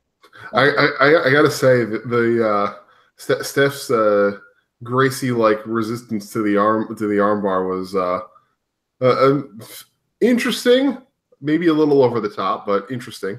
Well, it's professional wrestling. It's got to be somewhat over the top. Yeah. I mean, okay. I think in my case, the match's layout was largely okay. Great, not excellent, but just great, because it did what it wanted to do. It built anticipation for Rousey's comeback or coming into the match. It's Ronda can also throw a punch. It's the quintessential smoke and mirrors match. Yeah, it allowed her to play up her badass side and look like a strong opponent against Triple H or against Stephanie McMahon for that matter, which she tossed around like a ragdoll. Well, I mean, when she, coming down the ramp, and you said this last night. I don't know if it was you, Chris, or it was George that said this last night, that you liked the gimmick of her coming down to the ring, smiling and laughing, and but the minute she hit the ring, it was serious time. Yeah, Smiles gone. Smiles done. Time to go to work. Put up, chin up, put up, or shut up. What's put your hair up and square up. I agree on all of you guys. It went a bit long in the third act. I think when they wanted to start wrapping it up, it went just a tad bit too long. Had the whole in-ring been a little bit more crisp, a little bit more tight, I think this would have been better. But I'm not complaining. This is what you expect out of a wrestling match on a WWE scale, as you would want to. This is one of them. Mm-hmm. Yeah, I got entertained. And of course, the next one I think was even more entertaining, considering we got some guys who just returned from a 2-3 month long excursion of hammering time, the Bludgeon Brothers. You got the champions themselves who run the penitentiary himself, the Usos. You got the pancakes. Never ever talk about the pancakes again. That was borderline uncomfortable. I'll be perfectly honest. Vince has his finger on the pulse of youth culture, to be certain. I mean, I've said this before, and I'll say it again. And Chris, you're going to laugh when I say it. Only the New Day could get over a cereal called Bootios. Then they had the New Day Pops, the ice cream, and then they get over simple everyday pancakes. Only they could do it. There isn't a tag team or a faction that could do anything like these three clowns have done. All that being said, though, like the little people running around in the pancake outfits, just I was laughing my ass off, to be perfectly honest with you. Listen, I'm not gonna begrudge you that, but I just thought it was dumb as hell. Oh, I did too. That's why I was laughing at it. It wasn't exactly a stellar moment live and in the crowd. Personally, we couldn't tell what they were at first. Looks Coming like down, it almost looked like the little old Hamburglar costumes from McDonald's. True. From far away. So. True. I mean, I will begrudge them the fact because they got over on simple pancakes, but I think what they did, they ruined pancakes for almost everyone else who didn't enjoy it. Go ahead. I mean, I can't look at pancakes the same nowadays. Go ahead, Al. To me, it just looks like little piles of shit running around. The little people wearing pancake costumes, yeah, they look like little shits running around. So little piles of shit. No piles. Well, yeah. Can we all agree? Can we all agree that even as perversely entertaining as the New Day can be, they are very much wasted in their current role. They're capable of so much more than they're doing right now as a tag team. Yes. Big E should be on his way up towards main event status at some point. You've got to at least try with him. I think that, leaving him in the New Day, I mean, you're going to move some merchandise, but it's a case of you're leaving so much money on the table. They're capable of so much more than they're doing right now. And with Big E being a powerhouse as he is, he needs to be out on his own. Yes. Pancake running out on his own. I've been holding the torch for forever, and I'm probably going to keep holding it for forever, but I'm still holding the torch for Kofi to get one world title run before he retires. I would love to see it. Yeah, he deserves that much. Well, he's had tag, IC, and US, hasn't he? Yeah, he's had every title except for the world title, multiple times. So, thanks a lot, Randy Orton, for fucking it all up back in 2009. Yep. Yeah, you heard him. Anyway. Okay. This was nothing like the Usos versus the New Day barn burners from last year that or for past 4 or 5 years that we've seen Usos versus New Day again and again and again and again. And again and again and again and again, they have barn burners for that. It's a surprise that they actually, WWE gave WrestleMania a little bit more variety with a glorified squash match. Yeah. That's surprising. 5 minutes. That's almost 6. Yeah, 5 or 6 minutes just to showcase that the Bludgeon Brothers are a threat. And funnily enough, I was not angered by it, nor was I disappointed by it. I was like, okay. I was disappointed by it. Yes, I would have. I think these guys, given the fact that the Usos New Day feud has basically carried the entirety of SmackDown for the better part of a year, I think these guys deserved a much longer match. I think it should have been. I would have liked to see the Usos retain and then have the Bludgeon Brothers win it in a singles match, or not a singles match, but a one-on-one match. At the next whatever the next pay-per-view is for, or I guess it would be Backlash, yeah, since they're not doing single brand pay-per-views anymore. I would have liked to see that match happen as a one-on-one tag team match instead. But WWE, despite the fact that the tag division has been consistently the best part of WWE for quite a while now, they still don't give a shit about the tag team division, which is stupid. And I understand that. I think Taker and I are the ones who advocate that always. These two tag teams on SmackDown has been propping the tag team division, both tag team divisions, I think, on Raw. Wait a minute. What? Chris, is that by you? Nope, not anymore. Okay, because I just heard a siren. Okay. Yeah, it's not me anymore. It is. I am safely removed now in my new place. I am far, far away from police sirens and car horns and all these other things. Okay. I'm in a quiet neighborhood now, and it's beautiful. Good. Tell us how you really feel about the place. Do you want me to go into a tirade of how happy I am to no longer have a roommate? So I'll go on about that for 10 minutes if you really want. No. We'll save your tirade for the main event. Oh yeah. I gotta save my energy. I mean, I think I understand that because you need more space for you to do your Twitch streams and whatnot. Yeah, literally everything else. Mm-hmm.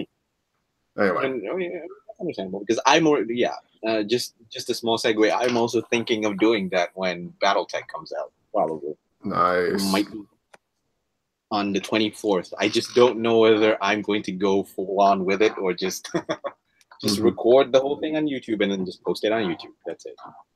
Probably not. We'll have to see about it. Anyway. So, Bludgeon Brothers are your new SmackDown Tag Team Champions. Yes.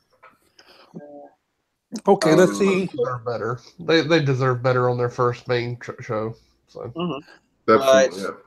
Yeah, they might lose it. They might lose it here on the 27th. I don't think. No, I think Sanity will be the team to take it from the Bludgeon Brothers eventually. I think the Bludgeon Brothers are a long-term championship team, which I think is good for them. They deserve it. Harper and Rowan definitely have been putting the work in, but yes, they have. I think that I don't know. I still wish it had been a longer match. I think that I wish they had more time, but you got to go with what you get, I guess. If it wasn't for the ladder match at TakeOver, I think that this match could have benefited from a TLC stipulation. It would have extended the match out. It would have given the Usos a better send-off as champions. I think it also would have, been a more entertaining match than a squash. Because honestly, if there was a match on this card that deserved to be a squash, it wasn't the SmackDown Tag Title match. Absolutely. It should have been the Raw Women's Title match. That was what was set up to be a squash match. That match should have been 45 seconds. Yeah, they got it back, I think. All right, let's move along then. Take it. John Cena versus Undertaker. Undertaker came back. This was glorious. Oh, my sweet baby Jesus. I love this match. I'm jealous of you, you bastard. Oh, John Cena got his shit pushed in. It was tremendous. You know what I'm jealous about, you bastard. Well, probably because I was sitting there drinking Hurricanes, getting hit on by my landlady. But no, I have one main thing on my bucket list. Oh yeah, suck it, pal. Yeah, I want to experience the Undertaker's entrance live just once in my life. Oh, and I got the actual dead man gimmick. None of that shitty biker taker garbage.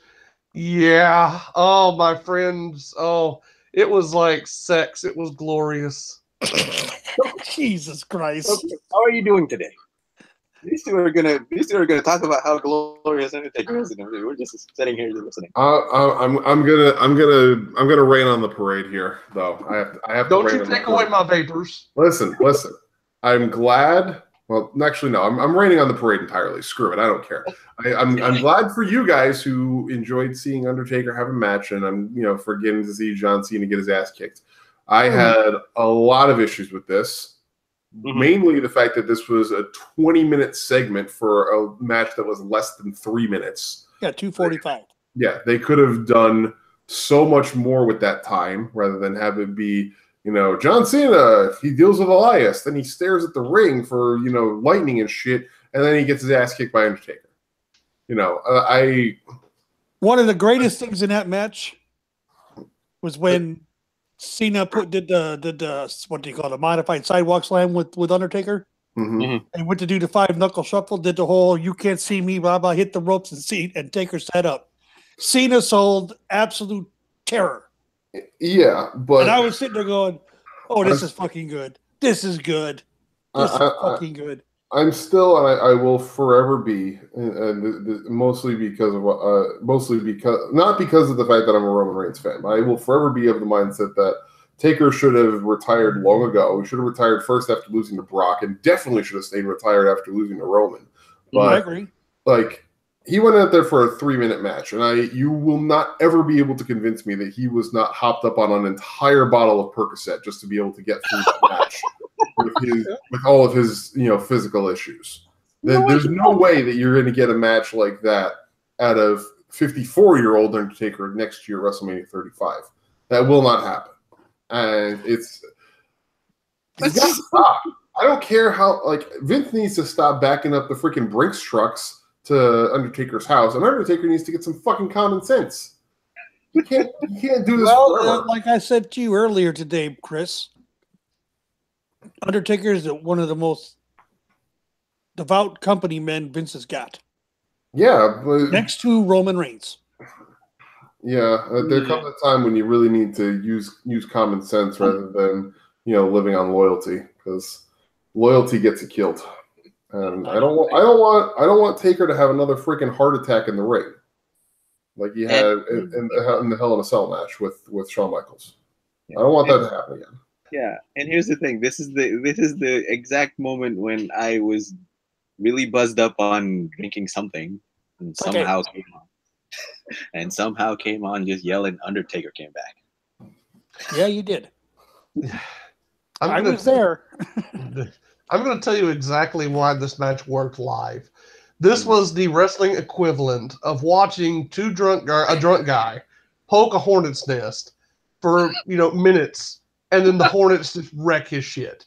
Yep. That was this was the equivalent of that. John Cena had spent the last month being the most annoying little dickhead in why don't you recorded just say it? history. Annoying little bitch. An annoying little bitch for so long, talking so much trash. And the Undertaker basically said, you know what? You're poking the bear. Now you're going to get the claws. And he just wrecked him. As a match, it's nothing. And obviously, if you're looking at it from the perspective of the totality of Undertaker's career, this is nothing compared to what he's done in the past. But I will say this, and you may disagree, especially as a Roman Reigns fan, Chris, with what I'm about to say. If Undertaker's match with Roman Reigns had been good, I would agree he should have stayed away. That should have been the right off in the sunset moment for him. The fact that the Undertaker's match with Roman Reigns was so terrible, terrible. It was so botch heavy, and I say that not as a Roman Reigns hater or an Undertaker hater, but that match was just so bad. The Undertaker deserved a better send-off. You can say what you will about leaving the gear in the ring, but nobody can separate the gear in the ring from the badness of that match. He needed a better send-off, even if it was just a 2-minute match with John Cena. I don't know, because I mean, like, the principle in the business, you go out on your back. And yeah, it was a bad match, but he still went out on his back. No. That's what you're supposed to do. You're supposed to put over a younger guy on your way out, especially if you're a legend. I'm not debating the fact that losing was the problem. Okay, I will debate you to the end of time that Roman Reigns shouldn't have been put in the position to beat The Undertaker because it wound up hurting Roman Reigns more than it helped him, but that's neither here nor there. I'm not talking about the result of the match. I'm talking about the quality of the match. All that people remember from the match was Undertaker looked so bad. Not that he got beat. He needed a better send-off where he could go out with his head held high, because that was an embarrassment of a final match. Yeah, but if you're gonna have, if it takes you having to be hopped up on painkillers until you can't feel your legs anymore to be able to have that good final match, I don't know that I necessarily would call that worthwhile. Well, I mean, it was a memorable moment, and it's better. It's a sight better than what he did in Orlando, and that's not saying much because it was a 2-minute match. But at least, the last taste. If this is the last Undertaker appearance in a match, which I'm not saying it will be, because God knows Vince is going to throw money at him to the end of time. But if this is the last official match of the Undertaker, he did better in 2 minutes here than he did in 20 minutes in Orlando. And I think that's enough. I think that the visual, at least the last visual of The Undertaker in a match, is not broken down, botching everything. Even in the 2-minute match, he had a moment with John Cena. He squashed him like a bug, which was entertaining in its own right. And he even didn't look that good here. He missed the big boot. Okay, so it's not like Undertaker was on fire. That was pretty egregious. Yeah, that was a pretty egregious miss. But at least the memory, the lasting memory, is Undertaker squashing Cena, having the moment, and reminding people that he's still the Undertaker. As an emotional send-off, it doesn't have the gravitas of leaving the gear in the ring.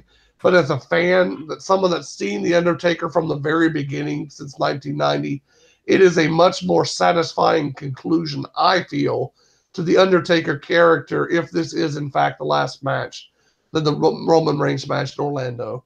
And it also, John Cena, this isn't going to hurt Cena at all. Roman Reigns, that match was seriously hurt Roman Reigns. That match made it infinitely more difficult for the WWE to get where they're trying to go with Roman Reigns. The Orlando match hurt Roman. This isn't going to hurt Cena at all. I mean, Cena, they don't need to do anything with him ever again either, because he's just been shit lately anyway. But, I mean, the whether or not that hurt Roman Reigns is, is kind of a moot point, because Roman is damaged goods regardless, because they can't book him properly. We're not going there yet, Chris. Yeah, okay, I'll save that. But regardless, I mean, I still am of the mindset that, this was not necessary, but for those people who were able to enjoy it and appreciate it for what it was, I'm glad that you guys got that moment. That's really all I can say. My best friend had an orgasm when Undertaker came out. I just want to point that out there for Dennis Cowie, who's upset that I haven't used orgasm in the show yet. Today, in things I did not need to know. he can get over it. I'm here for you, Dennis. Don't what's the word I'm looking for? I'll take not safe for work TMI for 600, Alex.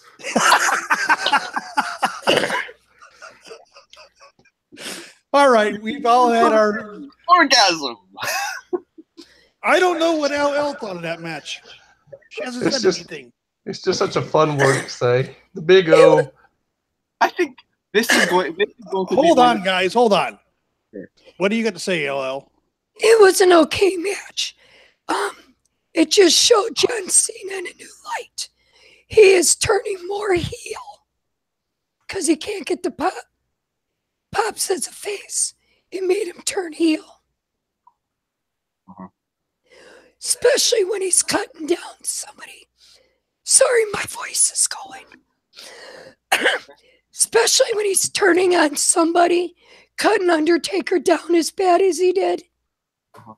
He got what he deserved in the ring. Agreed. Yeah. And it's okay, Al. If your voice is going, don't push it. We already we appreciate your effort coming in. It comes and goes, so we'll see. I mean, I don't know what to feel. Number one. Number two, I think the biggest regret I'm going to have is actually letting Biff say the word orgasm on here. 3 orgasms a show is my limit. I'll stop at 3. Good.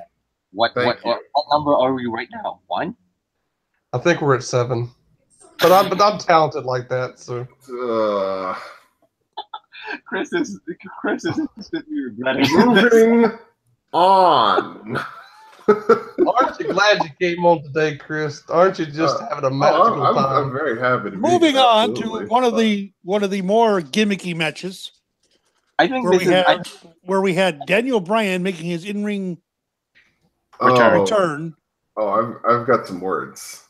I know you do. And Shane McMahon having recovered from diverticulitis and suffering a hernia, umbilical hernia.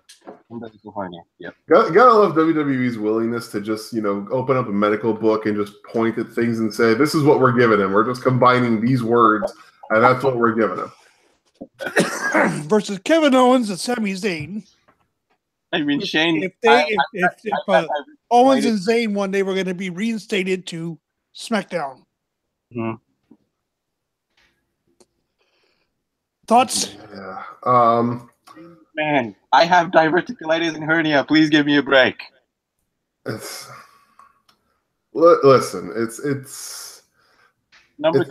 It's admirable of them to bring Daniel Bryan back. I appreciate the fact that they let him come back to the ring. That being said, this was terrible. The ridiculousness of the stretcher spot and trying to do that stupid ass callback to WrestleMania 30 and trying to replicate the magic of that, which you can't replicate that. It's not possible to replicate that moment. But trying to replicate that and then thusly having Daniel Bryan only work the last 5 minutes of a 15-minute match was the dumbest thing ever. Having to watch, I do not like Kevin Owens, but I feel bad for Kevin Owens, more so for Sami Zayn. But I feel bad for Kevin Owens and Sami Zayn for having to sell. Sami Zayn's been a proverbial jobber since he hit the main roster. No, I feel bad for Kevin Owens and Sami Zayn for having to sell Shane McMahon's shitty strikes. This is true.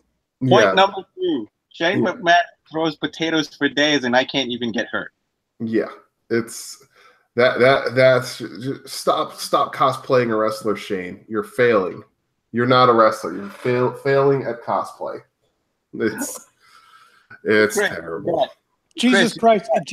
Vince is a better cosplayer at wrestling than Shane is. Yeah.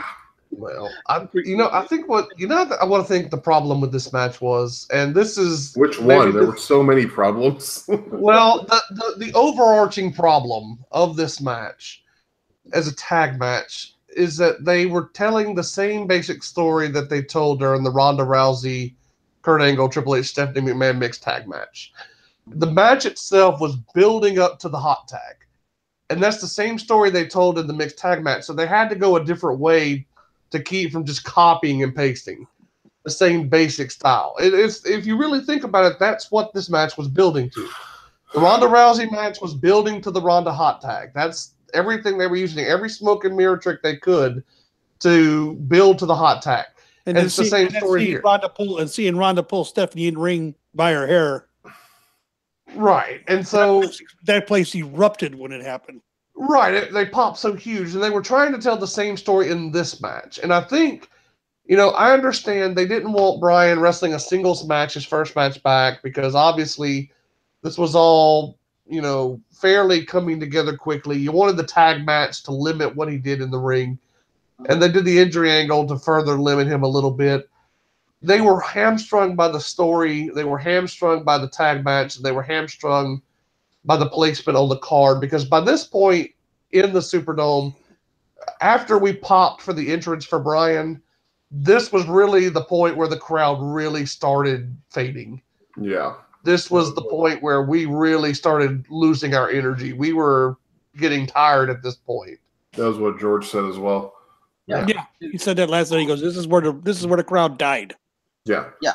I think I wouldn't doubt that there was some level of intent to that, because we all know that Vince does not want to go all in on Daniel Bryan. He never has. So I would not doubt that there was some level of intent to that, to try and make it so that they dampened the reaction as much as possible.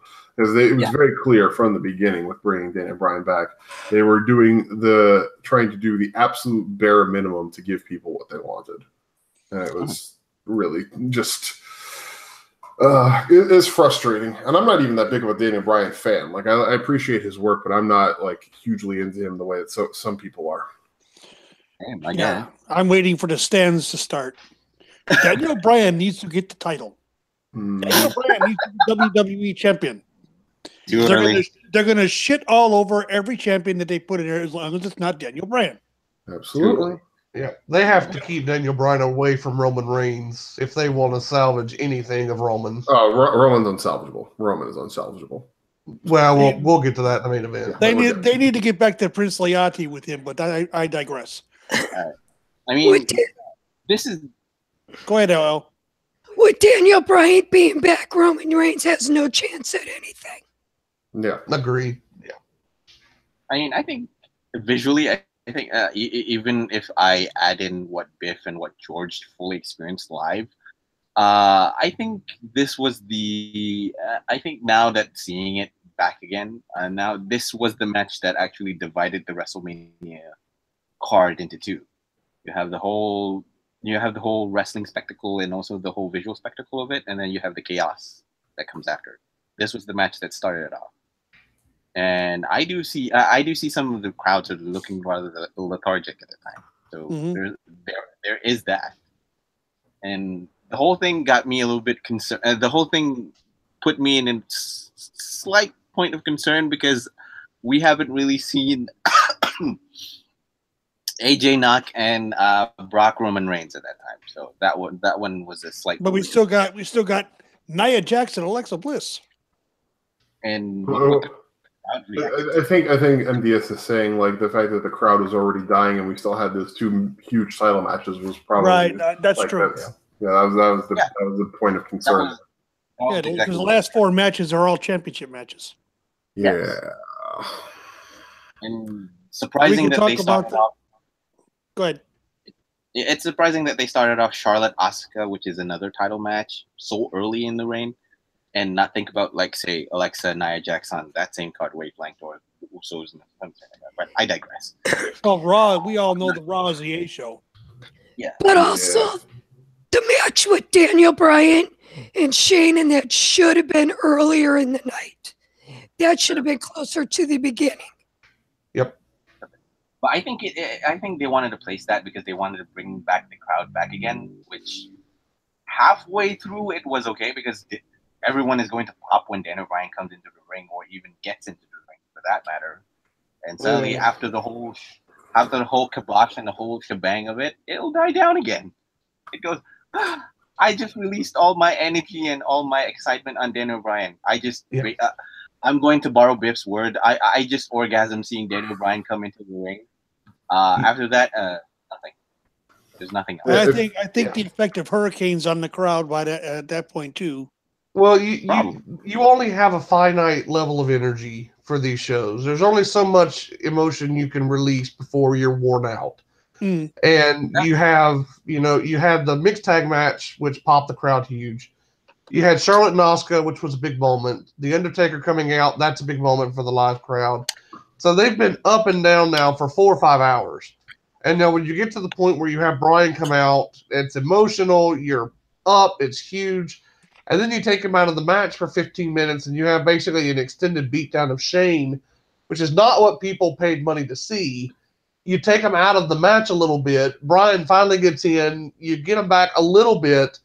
But at that point, you're so tired, you're so emotionally spent that they can't really get back up like they were. No. And that really turned out to be, I think, one of the big problems with the WWE title match. The crowd was so out of it that it hurt the match even more than the match itself not being living up to expectations. And also, they had it run so long. Yes, and understand it's WrestleMania, but 5 hours, 6 hours, that's getting way too long. Oh, I agree. My ass agrees too. It felt every hour of that experience. So, Okay, now we move along. Yeah. Nia Jax versus Alexa Bliss for the Raw Women's Championship. Right decision, Raw match type. It's a miracle that they made the right decision too, given how much they've pushed Alexa over the past year. Like it was terrible. Like the fact that they ran like this storyline. Like I had every expectation that this was going to just be a disaster, and that they were going to put Alexa over, or that they would have Carmella cash in and win to further screw Nia over in the storyline, because it's been lip service and nothing more to the whole idea of inclusiveness. Well, let's look at it, Chris. Let's look at it objectively. Okay. WWE screwed up with Triple H and Booker T. Yep. WWE screwed up with Jinder Mahal and AJ and Shinsuke Nakamura. Oh yeah. With the racist promos. Yeah. They removed Asuka from the racist to quasi-racist promos and had the body shaming thing going on. Okay. Mm-hmm. What I liked the most about it was we knew that Mickie James, and I had been saying it for the entire time once this match was announced, Nia was going to win but not get the strap, because Mickie James was going to somehow get involved. I said, unless they have some kind of beatdown before the match starts, which is exactly what happened. Nia destroyed Mickie before the bell rang. Which was the smartest thing they could have done. Yep. They eliminated Mickie from the picture completely. It made Nia look the most intelligent person in the entire company in that moment, because that's the thing, you always see the heels, cheating to win or trying to interfere. You always wonder why the baby faces put up with it. Nia, she cut the proverbial Gordian knot. She, just destroyed Mickie, took her out of the equation. Bring a name up. Well, she did the smart thing. She made her look. You're right. I mean, that's just it's the Ultimate Warrior honky tonk scenario from SummerSlam '88. Ultimate Warrior didn't overthink the problem like everyone else had. Just run in and demolish the guy and take the title. Nia, same here. You have a problem, solve it. Take Mickie out of the equation. I thought that made Nia look like the smartest person in the room. Yeah, so it's like, considering how much WWE often books their baby faces to look like absolute freaking idiots. That was a refreshing moment. Yeah, let's not go there. Yeah. Bailey and the Kendall stick on a pole. Yeah, no, that doesn't exist. It doesn't exist. Silence you. But to see Nia basically squash Alexa, it was brilliant. It was not a squash though. It was let's see. They needed 10 minutes, 10 minutes, just a little over 10 minutes. It was 3 minutes too long then. It was 9 minutes Feels and like 15 9 seconds. minutes too It was long. 9 minutes too long. That match should have been no more than a minute. No. From the here's moment reason- Alexa Bliss screamed and ran away from Nia, Nia should have called her, Samoan dropped her, and finished it. Yeah. yes. Having the whole rake of the eyes thing and all that crap is just like enough already. Especially when it happened a couple times. Now you should have just eliminated Alexa 1, 2, 3. That would have proved how much rage, how much hurt Nia had. Yeah. Yep, agreed. But to seeing it in the end, you know, I look at the whole match in general. One of the biggest things that we all bitched about was Nia's cardio, that she couldn't last 5 or 6 minutes. Uh-huh. She went 10 minutes. She went 10 minutes plus in this match. Didn't seem winded at all. She sold the eye gouge twice, and she sold it well. She sold 3 the knees. times. She sold the knees. You know, the knee being hurt. You know, Yeah. Alexa got her offense in, but what it boils down to is this: Alexa got the shit kicked out of her for all the things she said about Nia. You want to see the heel get destroyed, and not in a fast way, but in a slow way. You want the babyface in this situation to take her pound of flesh, and she did. I feel I'm still of the mindset that, like, in the end, having the woman who you've been booking all this time as an unstoppable monster, having her sell for 5 foot, 90-pound Alexa Bliss for 8 minutes out of a 10-minute match is just really not great optics. It's the same thing as what we've seen with a lot of other people who are supposed to be booked as monsters in this company, is that, you know, it always has to, like, be equalized in some way. It's silly. I mean, if you really want somebody to look like a monster, have them look like a freaking monster. You didn't see, you know, I mean, you know, when the Authors of Pain first made their debut when they were fighting American Alpha, you didn't see them selling for American Alpha for, you know, True. you know, for 70% of the matches that they were having, the Authors of Pain dominated, and rightfully so. But I mean, you know, there was only a couple of times that Nia was actually having to do some selling. I guess, you know, the eye thing I can see, okay, because, you know, that's always been one of the great equalizers for the heels. Rake the eyes, that'll get me some time. Yeah. Okay, so that worked. But like I said, I said this to my wife. Nia graduated that night into actually being a halfway, you know, she's no longer the green ass wrestler who botches a lot of spots. There weren't, and I didn't see but maybe one botch in the match, and that was Alexa screwed it up. Not Nia. Nia had a flawless match. She was on point. She was crisp and on point throughout the entire match. The second rope Samoan drop was a perfect finish. That was great, yeah. That's where you see the Bully finally get their ass kicked. I don't know. I just think there's a credibility problem when she's struggling with Alexa Bliss for That's that long. exactly what I'm saying, yeah. Yeah, even if it was going to go long, have it where Nia's just dominant, where Alexa really don't get anything in. Just have her keep beating on her. Then you could go a little longer. But to have Alexa get the better of her a couple of times, that's not an unstoppable force. Yeah. They're not booking her as the unstoppable, the immovable object. They're booking her as the irresistible force. But that's why she's going to fail. They're going to take away the thing that made her popular in the first place. That's right. She needs, when it comes to Alexa, they got rid of Mickie James. Fine. But she's still, even if she would have went 5 minutes with Alexa, just beating the shit out of Alexa. Alexa might get one shot in, but Nia just completely destroyed her. That would have been a better storyline. It would have showed all the rage, pent-up anger, and hurt Nia had towards Alexa. Yeah. Yeah. And it's not as if, you know, it's not as if doing that would have damaged Alexa. It would have been an understandable way to go about the story.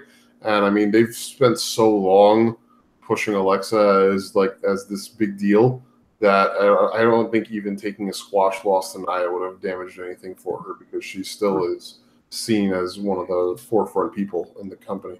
And it would have built Nia up a little bit more. Yeah, because there's a dichotomy between how the company pushes Alexa and how the fans view Alexa. The company pushes her as this big deal, this competent wrestler in the ring, but the fans don't buy it. Honestly, they don't buy it, and they never have bought it. Alexa's a great character, and this is what Taker and I were talking about the other day. She was best served as a valet, as a heel valet, a manager that could talk up a bunch of trash. That was the perfect role for her. As a wrestler, she's not as bad as people say she is online, but she's not great. It's a competency issue. It's a God, the word I just said the word 2 minutes ago. Screw it. You know what I'm trying to say. It's not realistic for Alexa to take that much of the match with Nia Jax. It makes Nia look far worse than it helps Alexa. So, and as I said, Alexa doesn't need the help. Right. No. It's the right finish for the match, but not the right type of match for this show.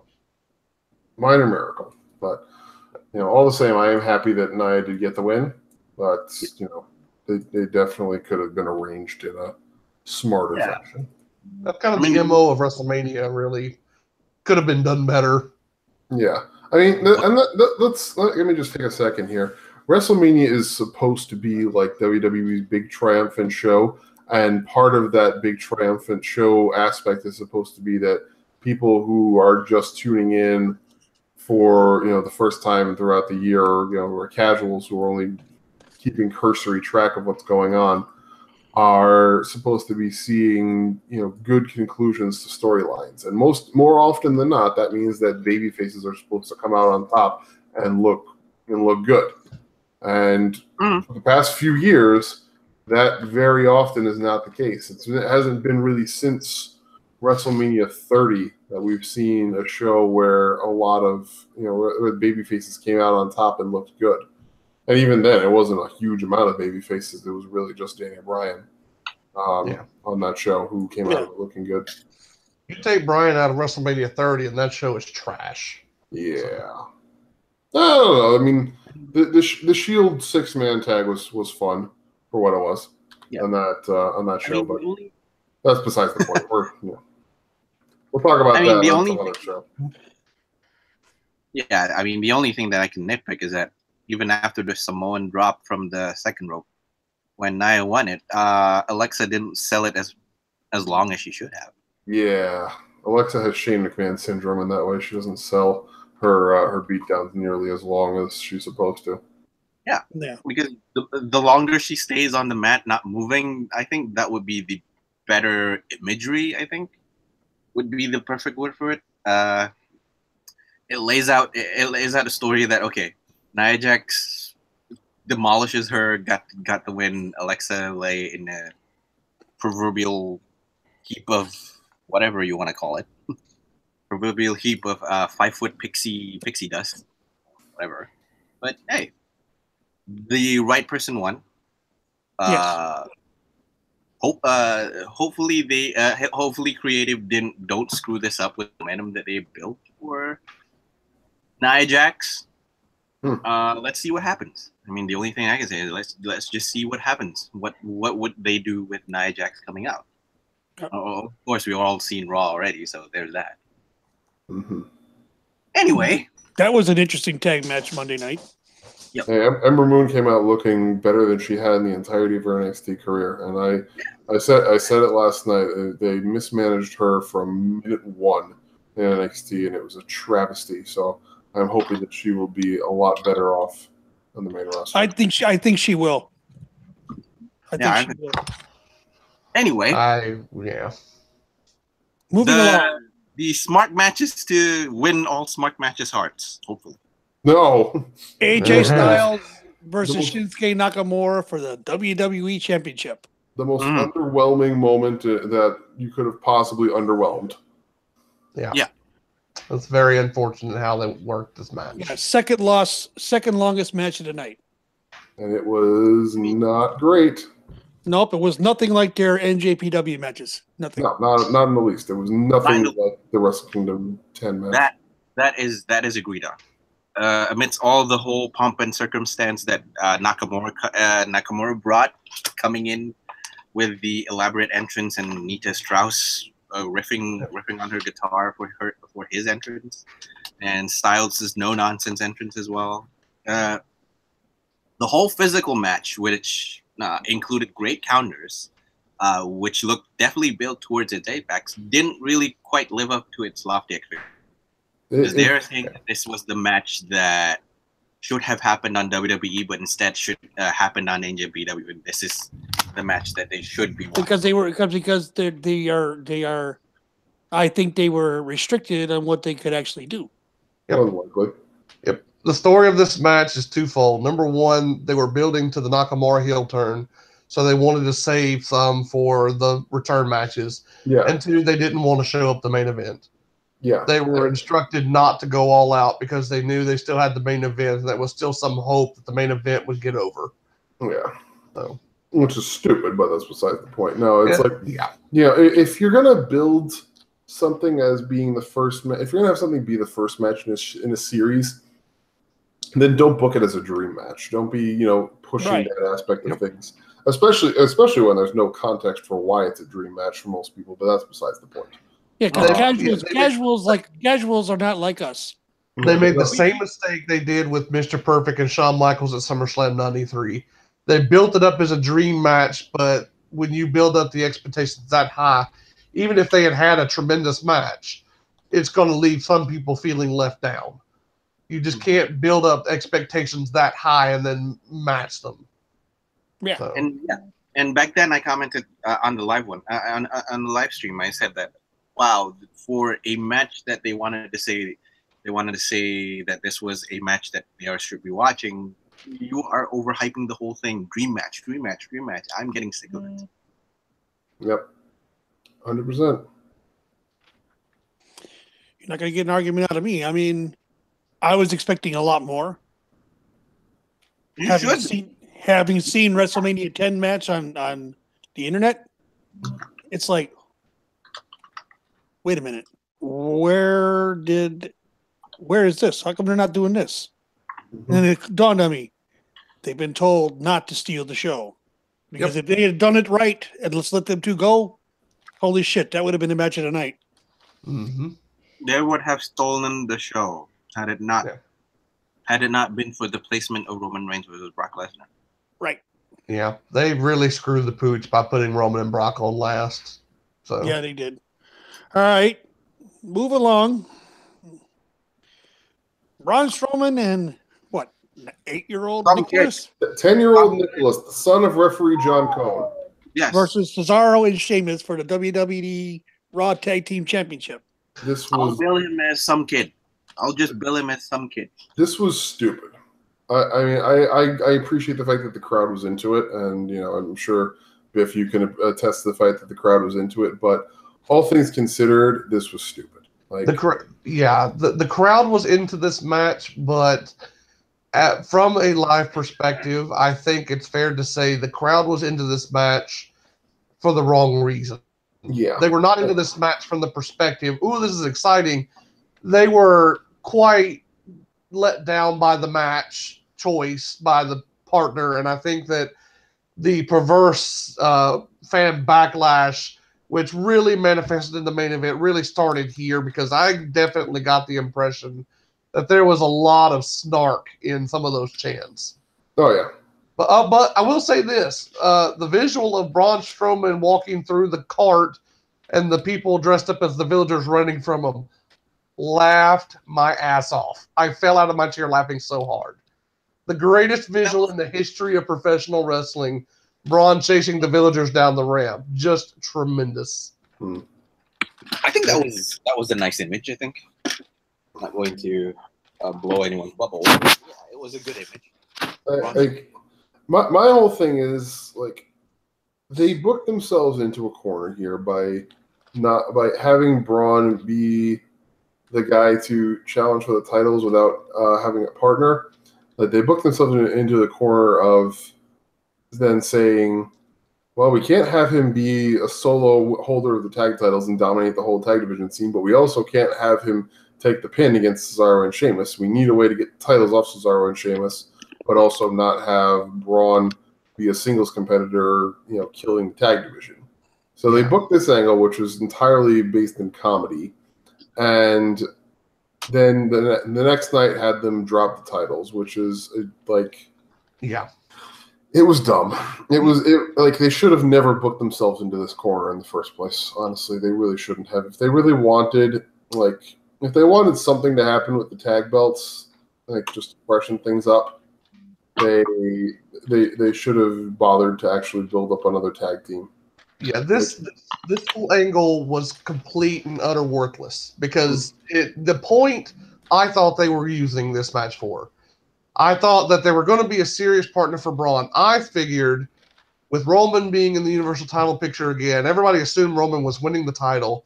You have Braun. You don't want him in the title picture to kind of overshadow Roman, but you need to keep him hot. You need to give him something. So voila. You have the Stone Cold Steve Austin 1997 track. You put him in a tag team. You let him roll in the tag division for a little bit, keep his momentum going, and that'll give him something meaningful to do. And when they bring out the kids, you're like, well, this is more of a comedy thing. This is not going to be serious. Mm-hmm. And then he drops the titles. He forfeits the next night.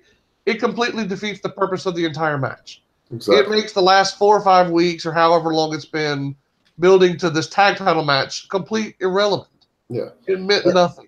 And honestly, it kind of just spits in the faces of guys like the Revival and the Club, who are actual tag teams that have been booked like garbage, that they weren't given that they weren't considered worthy of getting a WrestleMania title shot. Is like, really, guys? Wow, that's really the way you're going with this. That's bullshit. This was really not a good idea. Well, there was a rumor around it that Nicholas was a Make-A-Wish kid at one point. He's referee John Cone's son. Yeah, I saw that later. Mm-hmm. He's referee John Cone's son. But all right, well, we've kind of shot this one all to hell, so let's move on to the main event. Yeah. Oh, yeah. Brock Lesnar, champion with Paul Heyman, and Roman Reigns for the Universal Championship. And Chris, I know you're chomping at the bit, so the floor is yours.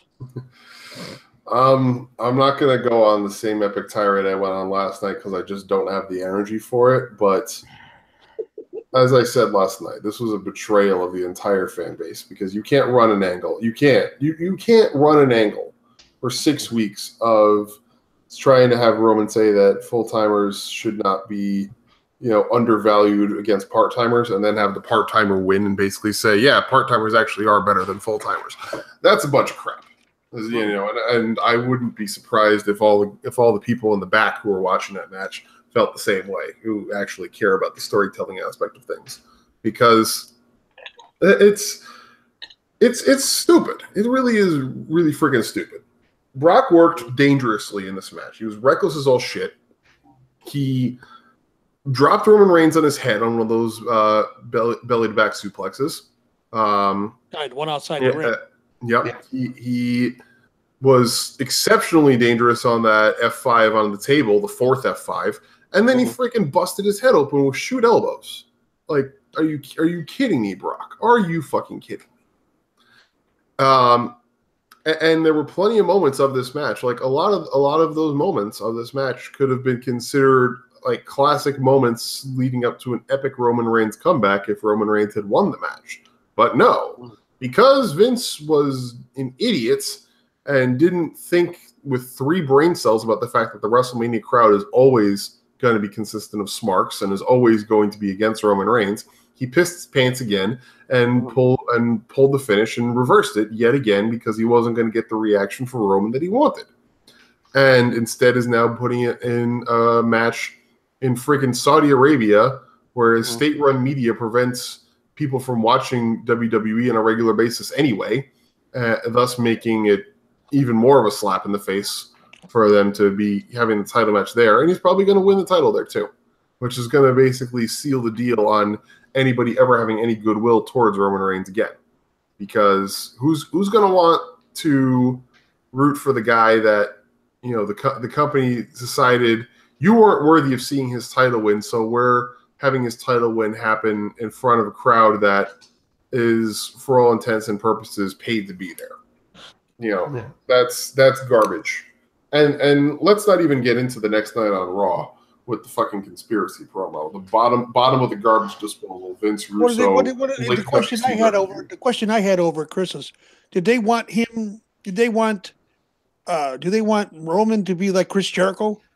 Go do the whole goddamn Washington D.C. thing to find all the conspiracy that's against him? I don't know.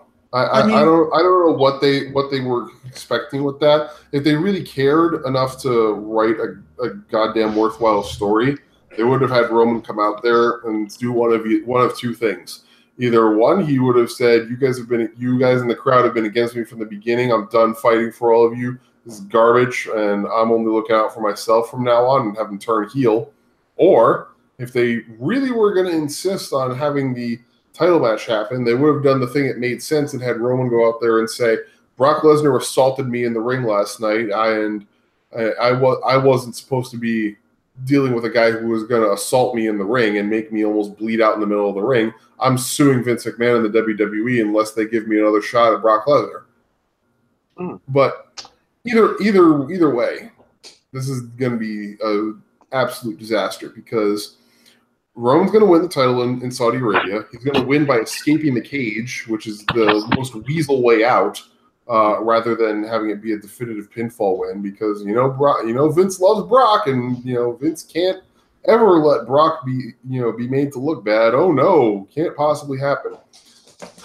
And any chance of getting crowd goodwill on Roman Reigns' side here in the U.S. is going to be forever screwed because nobody's going to respond well to the optics of that, of WWE basically saying you guys didn't cheer for our guy, therefore you're not worthy of seeing the title change happen here. And on top of all that, you can bet next year's WrestleMania, I'm calling it now, next year's WrestleMania here in New York, New Jersey is going to be probably the last one you see on American soil for quite some time because Vince is going to want to take Vince is narcissistic and ego tripping enough that he's going to want to take WrestleMania to places where the crowd will react in the way that he wants them to.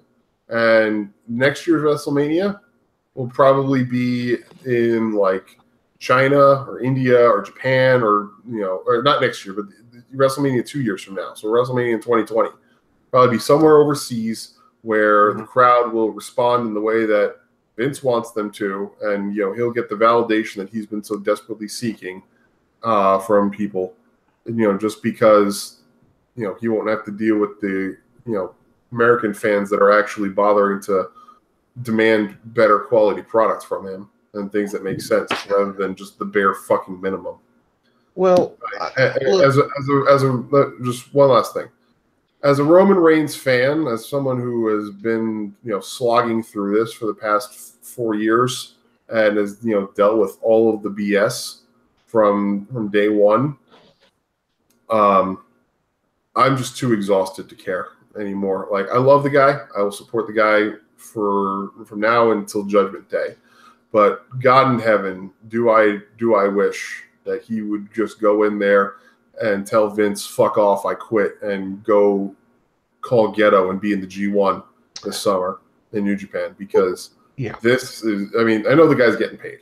He's getting like $6 million a year. He's providing for his wife and his 3 kids. And I know that in the end, that's really the only thing that matters. But like he's being made to look like a complete idiot. And he has no chance of having like a positive legacy in the end. Because it's a Vince vanity project that has just gone up in flames so many times that it's not even recognizable anymore. Like I just can't. I can't do it. I've been watching wrestling since 1990. I have seen a lot of different eras in professional wrestling, a lot of different companies. I have never seen a supposed top guy that a company wants to push as their main attraction be so bungled and so mismanaged so frequently as I have with Roman Reigns. If I did not know any better, I would actually think that somebody was actively trying to sabotage this guy. Yeah. Up until go ahead. Go ahead. Well, up until Sunday, okay. Let's be clear about one thing. I think we're both you and I both, Chris. We're both Roman Reigns fans. So am I. And Taker, yeah. And so I've made the distinction. I am okay. We're pretty much all Roman Reigns fans here. I've made the distinction. I am a fan of Roman Reigns, the performer. I am not a fan of Roman Reigns, the character, because the character has been so mismanaged by WWE. It's almost impossible to like the character. I love the performer. He's one of the most consistent main event performers they have, with the exception apparently of WrestleMania, because this is 3 years in a row where it's been a disaster in the main event. But leave that aside for a moment. Roman Reigns, okay, up until Sunday, I honestly believed in my heart of hearts that Roman Reigns could still be salvaged as a true bona fide top guy. Roman Reigns is going to be a main eventer as long as Vince wants him to be. He is a made main eventer, but he has not yet become the face of the company that they want. Okay, he's not reached that level yet. That's what they've been allegedly building towards for the last 4 years. Up until Sunday, I still believed it was possible for Roman to get there. I think it was going to take a heel turn to do it. He's not going to do it by staying on the status quo, but I still felt that Roman had a chance. They hadn't bungled it completely. But Sunday at New Orleans, they killed Roman Reigns as top guy. He still can win a lot of titles. He'll still make money for the company, but it's the same principle, with Randy Orton versus John Cena. There's a big difference in being the next Randy Orton than there is being the next John Cena. Roman Reigns will never be the top guy they want him to be because they killed him in New Orleans. The entire build to New Orleans was Brock was beating the shit out of Roman week in and week out to the point where nobody believed that Roman had a chance to overcome. That was the story. The one at the Go Home show where Roman had the 5 Superman punches, I think that clearly made, and Brock barely hitting the 1 F5 and then running from the ring, just to save face. I think that gave them. I think that was a good indication that Roman did have a chance, at least in my eyes. Well, I agree with that, Chris. But like you said, he hit the 1 F5 and got out of the ring. Yeah. Well, it was designed for Roman to be the classic underdog. Roman was supposed to be fighting from underneath against Brock, and he's always fighting from underneath, though. Well, in every main event match, with the exception of last year's WrestleMania against Undertaker, look at what he did with Braun Strowman. He fought from underneath. Roman made Braun. Yes. All 5 of us on this panel will agree with that. You're right. Roman Reigns made Braun what he is. Yes. Yes. Do you honestly think Brock Lesnar can work from underneath? Not really. The only time I've seen him work from somewhat underneath was against AJ Styles. That's why it never should have been like this. I've said from the beginning, Roman Reigns underdog is a dumb story. It's not going to work. It never should have been that way. Equals beating the shit out of each other. It should have been a fight, not Roman trying to fight from underneath. Because what wound up happening is you build up Roman as the underdog all the way to New Orleans, but the underdog has to win in the end, or else the story just dies. Yep. And Braun took 80% of that match. He bloodied him, and then he beat him. Roman's dead. Roman has no leg to stand on. Yeah, Roman was destroyed building up to WrestleMania. He got destroyed at WrestleMania. He was fed, and now he gets another title match, and it just falls completely on his face. Now is my turn. Mm-hmm. Having looked around the internet and saw the rumor roundups and all this stuff and talking about Roman Reigns, and for a solid year, that's all we talked about. It. Roman Reigns was going over Brock Lesnar. That was everywhere. Everybody was convinced. Everybody in all the smarks, the IWC, all of us were convinced that Roman Reigns was going over. What happened? April 2nd, Brock signed the contract. And didn't want to, for the and record. didn't want to. They backed up another goddamn Brinks truck to his house. So now he wanted to put Roman over. He wants out of WWE. He's had enough. This is the thing. Brock Lesnar gets bored. He's bored with the WWE. He's sick of listening. You don't think he don't hear the shit from the fans? He does. He has to. Lesnar needs to go away and stay away. Go back to Dana White and UFC and your bullshit matches over there. And good riddance, goodbye, see you. We don't need you no more. I'm sick and tired of that son of a bitch. I really am. He's made millions of dollars off of Vince for doing what? Nothing. He shows up, he shows up about 10, 12 times a year, and that's it. Fuck that. I'm done with it. Roman Reigns has been destroyed. His character is destroyed. He has nothing left. He agreed to take the elbows. That's out there. But why? Why? Very simply, Roman Reigns is a company man. Plain and simple. Roman Reigns will do whatever a company asks him to do. It is no different than what the Undertaker does. I'm so glad you brought up the Undertaker. I got to interject this point right quick because this is what pissed me off so much in hindsight.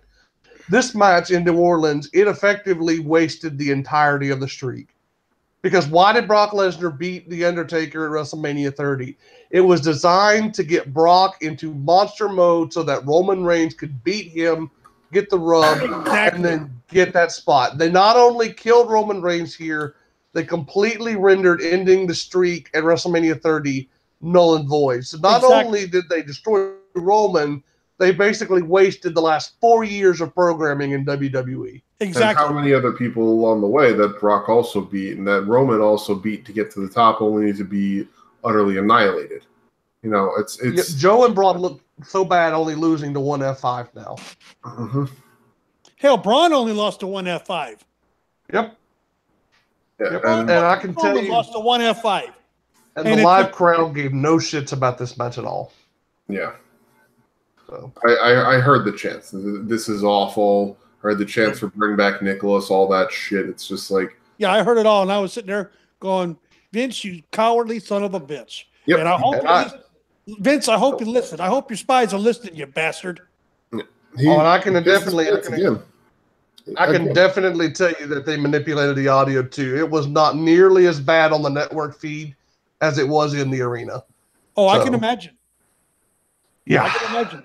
I can tell you exactly what was going on during that entire match because, quite frankly, the match, as soon as the introductions were over, we checked out. You had two different sides. I bet a lot of people in there walked out, started heading for the exits. Yep. Yeah. Oh, there was a stream of people. Yeah, it wasn't so bad where I was sitting in my section, but because of where I was sitting in the lower bowl, I had a full view of the entire lower concourse of the Superdome. And there was a trickle of fans, and it became a stream. And honestly, the most entertaining part of the match was hearing the bell, Brock Lesnar's music starting, and seeing about 10,000 people that were in the aisles already leaving stop and turn around like, holy shit, what just happened? Literally, you saw people do a 180 when Brock's music hit because they couldn't believe he had actually won. That's how people were so checked out of the match. It came out of nowhere for everybody. Yeah, because, like I said, Vince is a cowardly son of a bitch. Yeah. Yeah. He's going to send it over. I wouldn't be the least bit surprised, Chris, and you said this about, after New York, New Jersey, which I'm hoping I can get to next year. It's close. Plus, I've got family that lives out there, or my wife does. If you're coming, we'll go to the indie shows. We'll go to NXT. We'll go to the stuff that's worthwhile. I ain't going to fucking WrestleMania though. Well, but here's the thing: I've got my stepdaughter lives out there on the island, right? So there's that. But I would love to go. I don't know if I'm going or not yet. It'll be a while. I got to save my pennies, just like George did. Yep. But in the end of it, I wouldn't be the least bit surprised.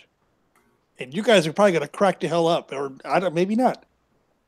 That you said India or China, possibly Japan. I was thinking maybe Baghdad or Tehran Hmm. for a WrestleMania.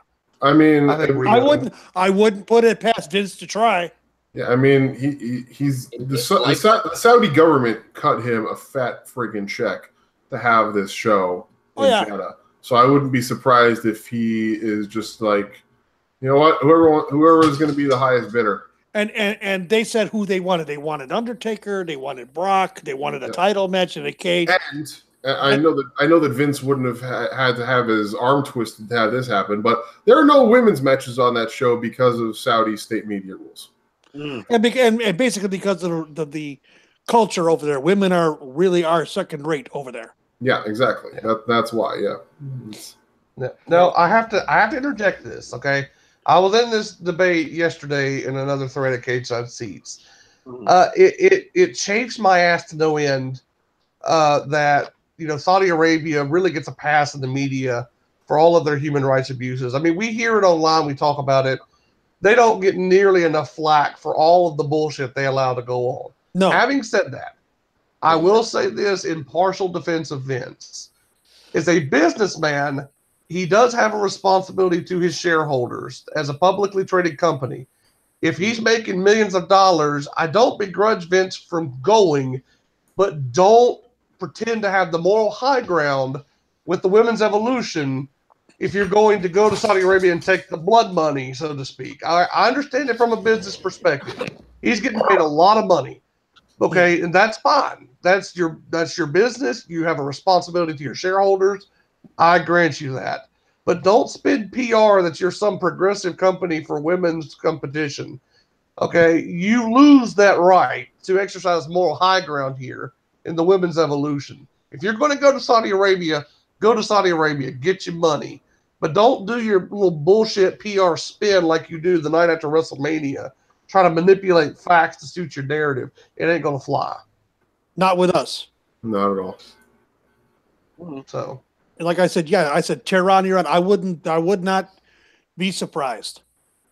I'm thinking Rio de Janeiro. That's my official prediction for 36. Yeah, South America is a good bet. Well, wait a minute. What about the isn't it Venezuela that's got the Maduro right now? I don't know. Venezuela has Maduro. I mean, Brazil has got a lot of instability too, but Rio, there's so much capital in Rio, capital. There's money. There's wealth, there's corruption. They can pay for an event just as fast as Jeddah can in Saudi Arabia. So, yeah. Well, or hell, Putin cutting a check from the government of Russia to have it in Moscow, for Christ's sake. Well, given the nature of the emergency session in the UN right now, we could be at World War III in 2 years. So who knows? So, we might be in World War III in 2 weeks. So, yeah. So. No politics here, guys. Mm-hmm. I'm just glad I got my New Orleans trip. We can blow the world to Kingdom Come now. I don't give a shit. I have my hurricane. I'm good. You spoiled bastard. I'll end it. Blow it. I love the day after. Go for it. I can be Jason Robards. So I'll end it on this one because I haven't really thrown my shots in. Because I'm sitting here listening to three people talk about Brock Lesnar and Roman Reigns. And for a large part, I do agree.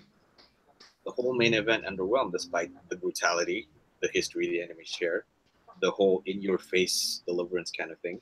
I agree on one of the points that were brought up. The whole in-your-face event should have been brought up earlier. The whole Roman Reigns bitching about how part-timers are supposed to be less than full-timers and full-timers deserve all the accolades. And then suddenly been given the short stick on this one on the main event. I should have agreed with that one. Yeah.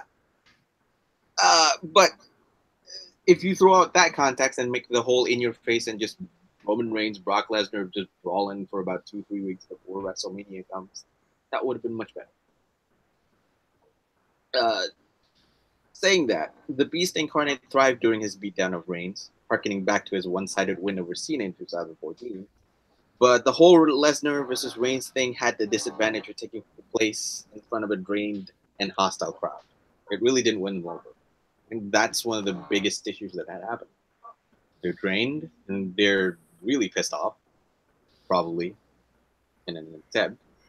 And I see that the whole thing about Reigns is superhuman resilience because he got like 5 or 6 F5s and still raised his shoulders up. The whole thing reminded me that there still remains a disconnect between WWE and many of its fans. The whole company spent weeks trying to make Roman Reigns seem as this sympathetic figure. When I agree as well, there should not be a sympathetic figure in this one. Well, I got a comment on that. What? Roman Reigns was getting a lot of goodwill pop and face pops up to the point of when Daniel Bryan was cleared to wrestle. Well, even after that, though. Yeah, but the pops were not as strong. Once Daniel Bryan was cleared to wrestle, and it announced that he was wrestling at WrestleMania, all the interest and everything went away from Roman Reigns and Brock to Daniel. Yeah, I will agree with that to an extent, but I will also say that there was a good amount of the goodwill that Roman was getting is in large part due to just people's general fatigue with Brock. Like there was a lot of sentiment that I was seeing of like, yeah, okay, I'm done with Brock. Brock has been around for too long. This title reign held the title hostage for over a year. Yeah, and like for how long was it that like the Roman Reigns TV matches were like the biggest highlight of Monday Night Raw? Like Roman Reigns TV matches were some of the biggest parts of Monday Night Raw for the better part of 2017. And then now suddenly, you know when the last time Roman Reigns wrestled on TV was? It was the Gauntlet match back in the middle of February. So for 2 solid months, we haven't had a Roman Reigns TV match. He hasn't been doing anything on the USA Network. Right. That has actively detracted from the show, and people see it. People know it. So, like, yeah, but there was a major drop off after Daniel Bryan announced that he was back and was going to have a match at WrestleMania. Yes. But I could also say the same thing when Daniel Bryan came back. It sucked out all the attention for Knock and AJ. True. Daniel Bryan coming back knocked interest out of a lot of these matches. Mm-hmm. I mean, again, I'll just return back to the whole thing that I was saying. It's just that the whole thing about WWE spent weeks trying to make Roman Reigns to be the sympathetic figure, no matter how much the audience wanted. They spent a solid year working on this. A solid year to do that, and then suddenly just throw Roman Reigns to Brock Lesnar and then let Brock Lesnar overwhelm Roman Reigns for that matter. It certainly will not win the crowd over. No. I mean, I myself, I would love to see Roman Reigns win the whole match because I was already firmly into the belief that Roman Reigns' time is up. He's already trying to do it, and then suddenly Vince does this audible that is stupid and as insane and as mind blowing as it is frustrating. He pulled off this audible, thinking that it wasn't a good idea for a title change at Mania because the crowd didn't want to see Reigns as champion. Who told him this? I don't think the crowd would have gave 2 shits one way or the other. To be perfectly honest with you, the crowd was going to be, like I said from the beginning, the crowd was going to be against it no matter what. That was guaranteed to happen. And the fact that Vince didn't I'm sure he knew. He had to have known. There's no way that he's that stupid. Well, he called this audible on the 2nd. April 2nd. Yeah, there's no way that he was stupid enough to know that the crowd was not going to be into this, considering that he's had 3 years of WrestleMania main events to know exactly what it is, what this crowd is. And it's not like the WWE social media team doesn't have the information, the demographic information available to know that who's buying tickets to WrestleMania, who are the crowds, who's going to be composing the vast majority of these people. Chris, you've said this, I've said it. WrestleMania, Royal Rumble, WrestleMania, SummerSlam, and Survivor Series are all smart crowds. Yep. Every goddamn one of them. Yep. The big 4 are smart crowds. Vince knows this. Mm-hmm. And he just won't swallow his goddamn pride and take it, take one in the guts to do what he wants to do with his company. Yeah. And this is not the same Vince McMahon now that was Vince McMahon 20 years ago. He didn't give two shits what the crowd thought. Well, that's the thing. For so long, and throughout the course of this year, it seemed very much like he had, set aside his concern with the crowd's feelings and was just willing to forge ahead. That was why we were getting the Roman Reigns character that we got for the better part of this past year, following him beating Taker last year. And it made sense, and it worked, and I liked it. A lot of people liked it. And I did. People were saying, this is the Roman Reigns we've been wanting for all this time. But, Vince keeps shitting the bed on this, and it's part of the reason why I say he just needs to be out. He's so out of touch. He's so stubborn. He's not any other company. Like this kind of decision making, this kind of last minute waffling, consistently going against, the supposed course and continuously doing things that are only going to make people angrier and angrier. Any other place, any other company, this would have resulted in people losing their damn jobs, but not here. Hello. The only difference that lead to a Roman Reigns winning the title is that people, at least you'll see a more consistent title holder on Raw every single week, rather than a part-timer who shows up every single month. If we're lucky. Or 2 months. But and it's not as if they were giving it to somebody who wasn't gonna bring quality material to the weekly TV shows. Like I said, for a better part of, or for a very long time, Roman Reigns TV matches were among the best things that you could see on Monday Night Raw. And exactly. He would have brought the title to Raw. He would have brought great matches with that title to Raw, and it would have been awesome to see. Look at how awesome it was when Roman had the IC title. He was defending it every week, and the matches were great. Yes, but not now. I actually have a theory on this, and I'd like to get your perspective on it. Anybody can weigh in on this. Mm-hmm. Do you think that there is actually a concerted effort by Vince and the WWE to book Roman intentionally poorly, with the expectation that the worse Roman is treated by the company, the more sympathy the hardcore fans would have for him? No. And maybe there's some sort of meta storyline going on here. I think that's what Vince is trying to do, but I don't. The hardcore smart fans are not going to buy it. They're not going to buy that shit.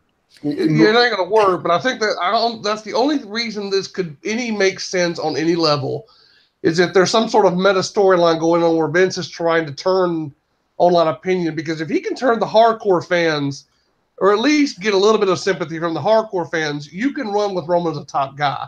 He'll have enough support among the casuals to make it work.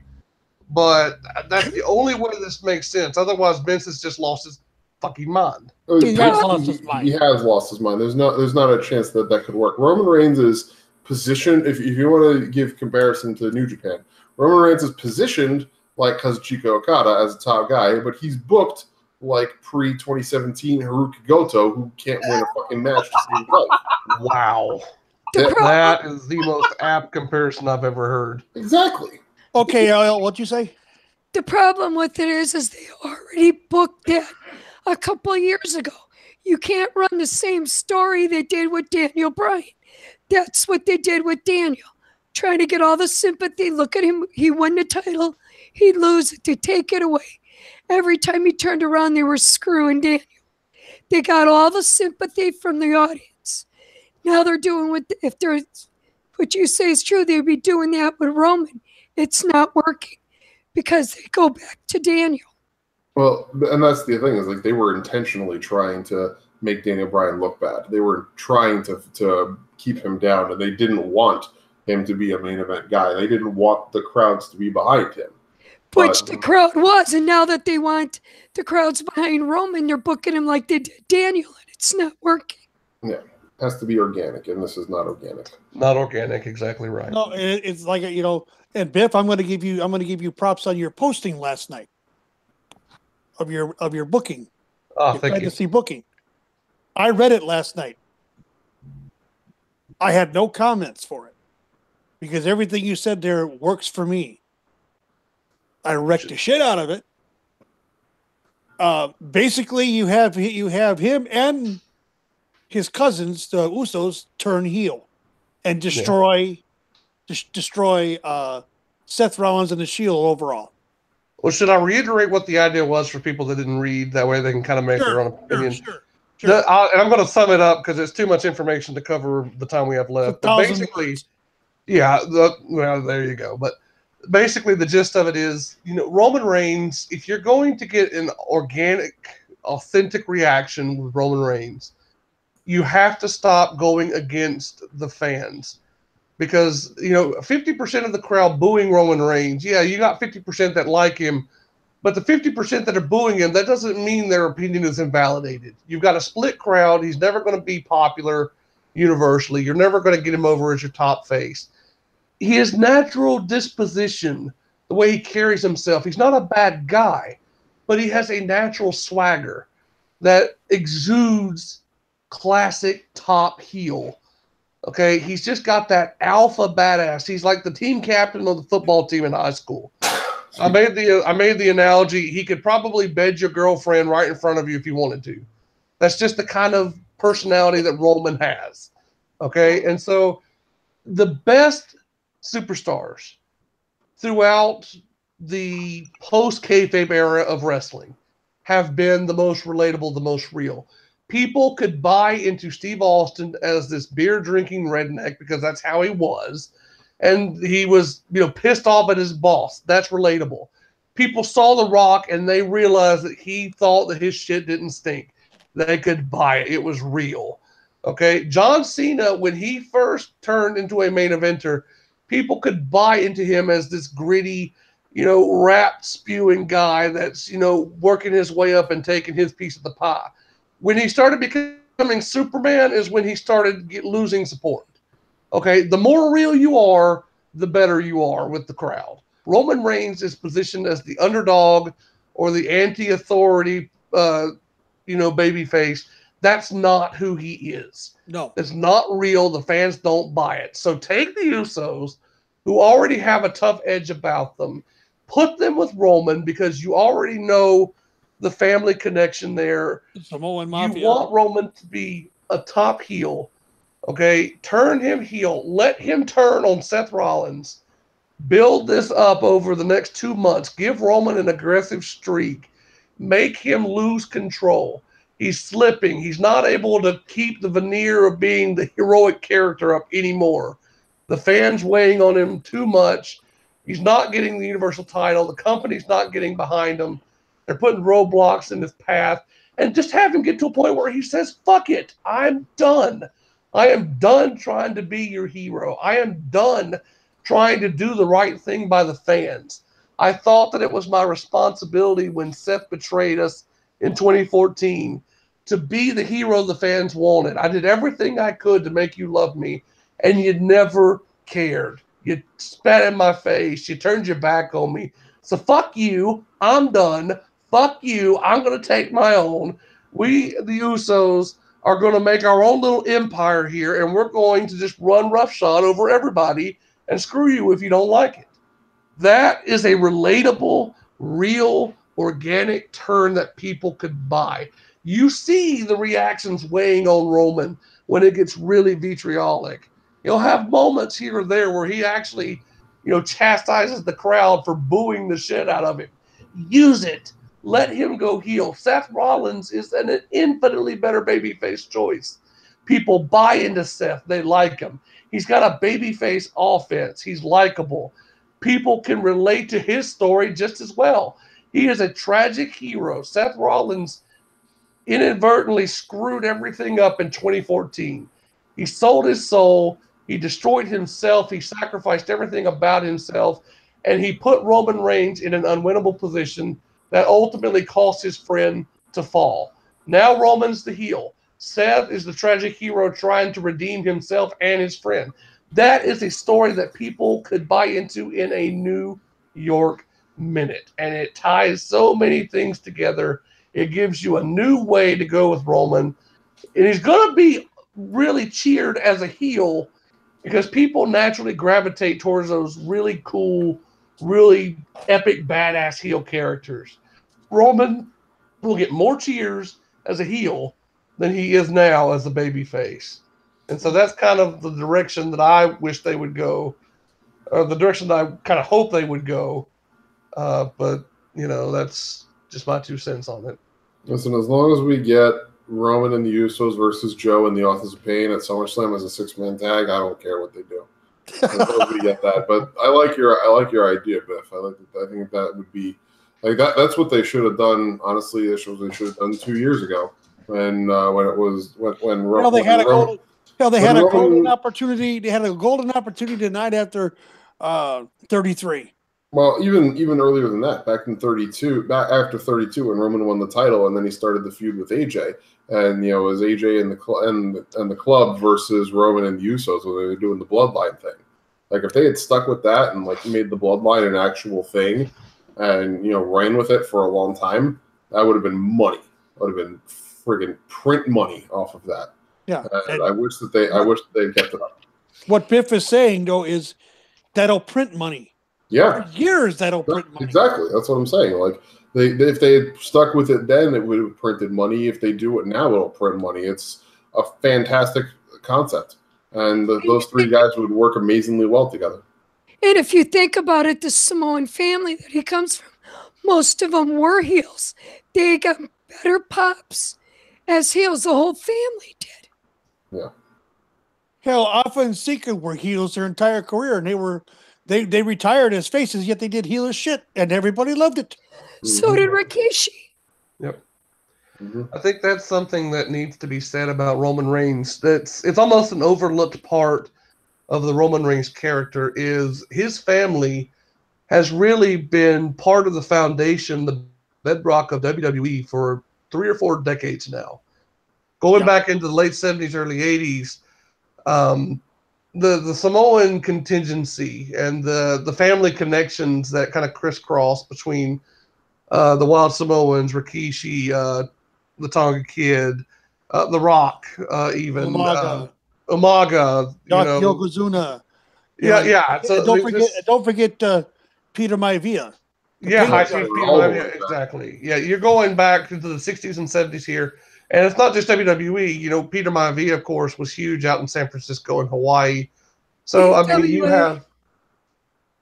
Go ahead. Go ahead, Ella. I say Maivia was more AWA. Okay, yeah, AWA, yeah. But I mean, so you've got, the Samoan family bloodline here is intertwined throughout the history of the business. It's a foundation. It's a cornerstone of the business, the Samoan wrestling family. So that's a part of Roman's character that never gets played up hardly. And I think that's a real tragedy because there is something to be said. I mean, you could easily turn that into a storyline.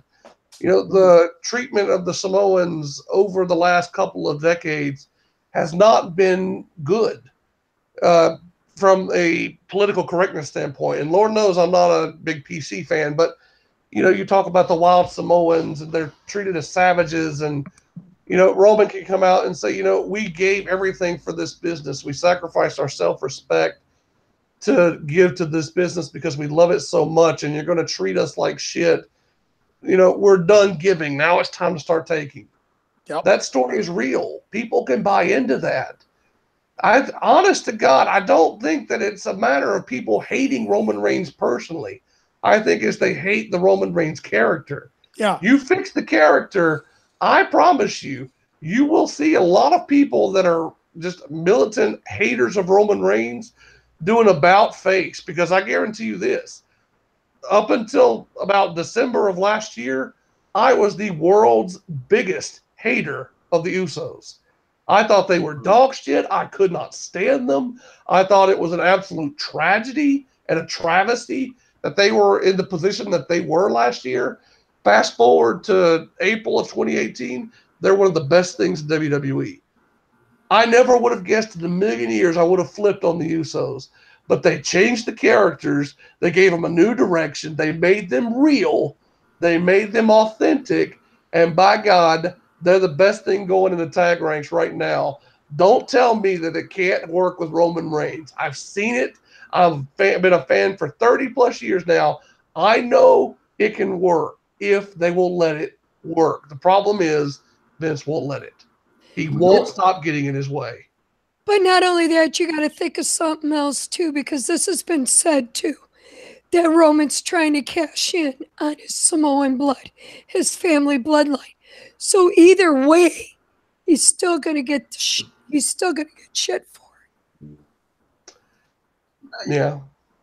In a sense, but I think we all can agree that I think Roman is just looking out for himself, thinking like that. And it's not wrong for that guy to think, well, I should be thinking about me, myself, and my family and whatnot. I should have put them in my thoughts first and think about their future because I'm working so hard for them. It's not wrong. But I think on another side of the coin, I think I could agree on the point that, well, not all of us are really hating too much on Roman. We all support him. We all want him to get the best of what he can make out of the business that he grew up in and loved. And getting a curveball like this is the most terrible of curveballs that you can ever face. Or, well, feeling as if there's some sort of conspiracy or some sort of audible that keeps him behind it. I think I could agree that. I think all of us can agree that it would be an interesting time to see where they want to take this iteration of Roman Reigns now. As much as it pains for us to say that it has been it has been dragging along for way too long. After Sunday, I don't even know that my idea would work. I mean, it might work to an extent, but honestly, at this point, unless you Biff, it'll take a good year for that to work. Yeah, well, I was just about to say, like, if you have like a super hot angle and you like really invest in it, it could work. But I think at this point, if you just kind of turned Roman heel at this point, you're going to get a 2015 Sheamus situation where the fans really don't care. I think that's how badly they botched everything in New Orleans. It's going to take a Herculean effort to even make the heel turn work at this point. Yep. It could work if they start doing it slowly. Not a complete turn right away, but just gradually turn him. Yeah, and that was kind of what I laid out in the idea that he starts the catalyst for the turn in my scenario starts in Saudi Arabia, and it doesn't come to fruition until June or July. So it's like a 3-month period where it's slowly building, and then it's not even really fully complete until SummerSlam. So you got to really work this on the long enough curve. And even my idea is a pretty liberal time frame. You might even have to stretch it out longer than that. What they need to do is get him where he's in a rage and just start out, but it's still slowly turn. Because if he comes in a rage, they'll see it because of everything that's going on. Just like we said with Bayley, we need her to start just with the rage, just out of control 1 minute, calm down, and just gradually keep going. Well, again, we'll just have to see what happens. I mean, they're heading for the greatest Royal Rumble, and then suddenly you have Samoa Joe and Roman Reigns having a confrontation. That's just about it. I just don't know where it will lead us next. I mean, we're so sure last year that there's this golden path heading to WrestleMania that Roman Reigns is going to walk on, that leads to the Universal Championship, which he now does not have. Yeah. As long as Brock's here, it's not going to change the title's not going to change hands. I think it's not more or less Brock is here. As long as Vince has this entire, I'm going on a long stretch. As long as Vince has this entire soap love affair of big men with big muscles. One Brock Lesnar, the other would be Bobby Lashley. Something now. He's not going to change his mind. Those are my champions, he will say, not Roman Reigns. WWE is a 5-star restaurant with the best environment, the best location, the best ingredients, a collection of tremendous sous chefs, but the head chef lost his mind and doesn't know what the fuck he's doing. Exactly. He's ruining should be one of the greatest restaurants in the world, and he's running it into the ground. And he won't retire. And he won't retire because he owns the freaking thing. You just have to hope he trips and falls into the deep fryer. Yeah. That or this XFL takes off and he divests himself of WWE. Yep. Everybody go out and buy 500 XFL jerseys. He hate me. I get the feeling he hate me. He's going to wind up being the coach of one of the teams just for shits and giggles. I can see it. I can really see it. Biff, he hate me, Kensington, the coach of I don't know. Whoa. Vince, if you're listening, I am free. I coach the team. The Charlotte Orgasmics. Let's roll, baby! Woo! Stiff competition, yeah! Oh, God. With that, I think we can wrap up. Yep, I think it's time to wrap up. The train just crashed. Before unloads the rest of his orgasmic experience. Yeah, the train just wrecked. The train derailed and wrecked. Yeah. We have hazardous material spill. Class one team is on its way. Hey, And a bowl of Jello, baby. Wow. Okay, I got one question for everybody. Who takes Carmella out?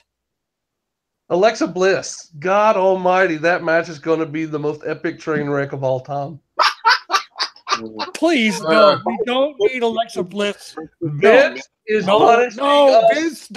Vince, do not listen to that man. He is out of his mind. Vince, baby, do it. Do it. Pay-per-view with Carmella and Alexa Bliss headlining for the women's division. I'm going to kill you. I am going to walk in here like Spartacus if they do that match. You know what's going to happen. Vince still has his love affair with leggy blondes. That's what's going to happen. Well, let's see. Oh, Alexa's not a leggy blonde. I'm sorry. Whoa, guys.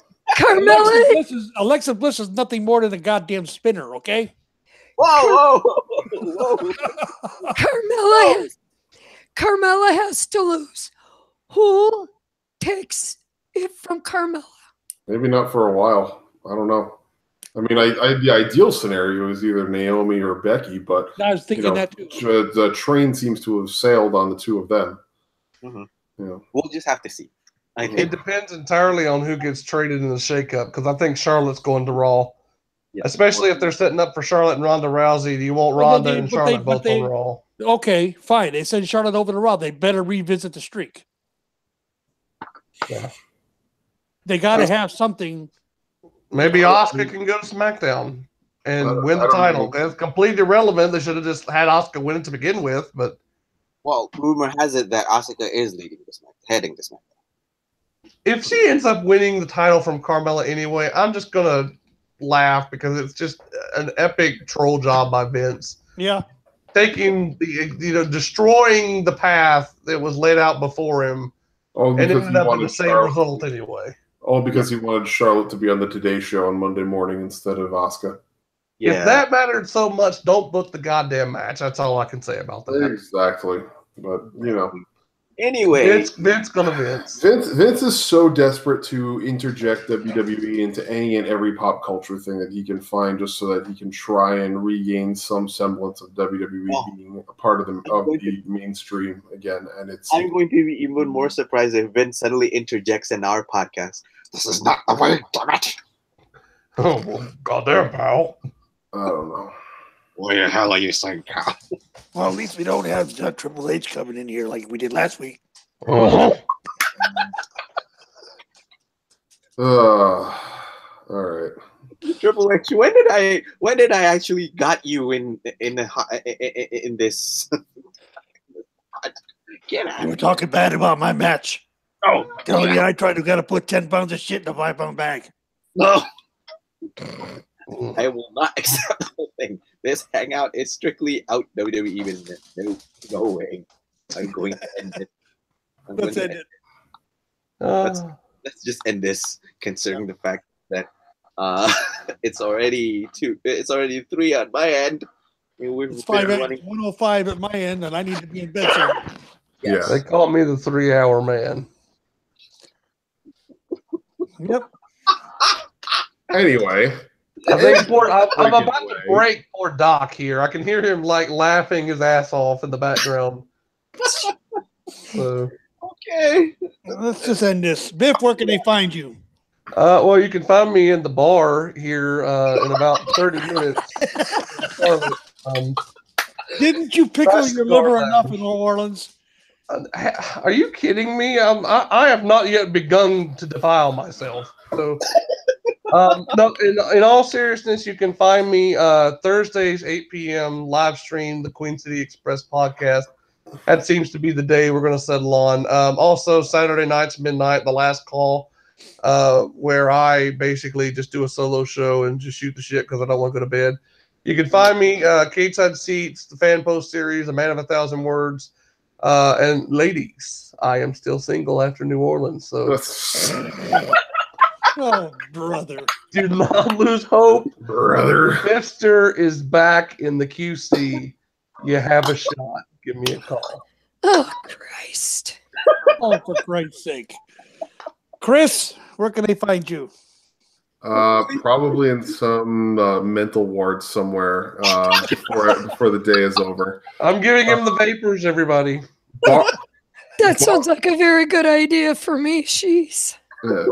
Barring that, Thursday nights, 9 Eastern, 8 Central, 2 Guys, 1 Sport can be found on YouTube for our live show with myself and Brother George. And if we have special guests, as we frequently have special guests, they'll be there as well. You can find us on Twitter at 2 Guys, 1 Sport, number 2, number 1 in the handle.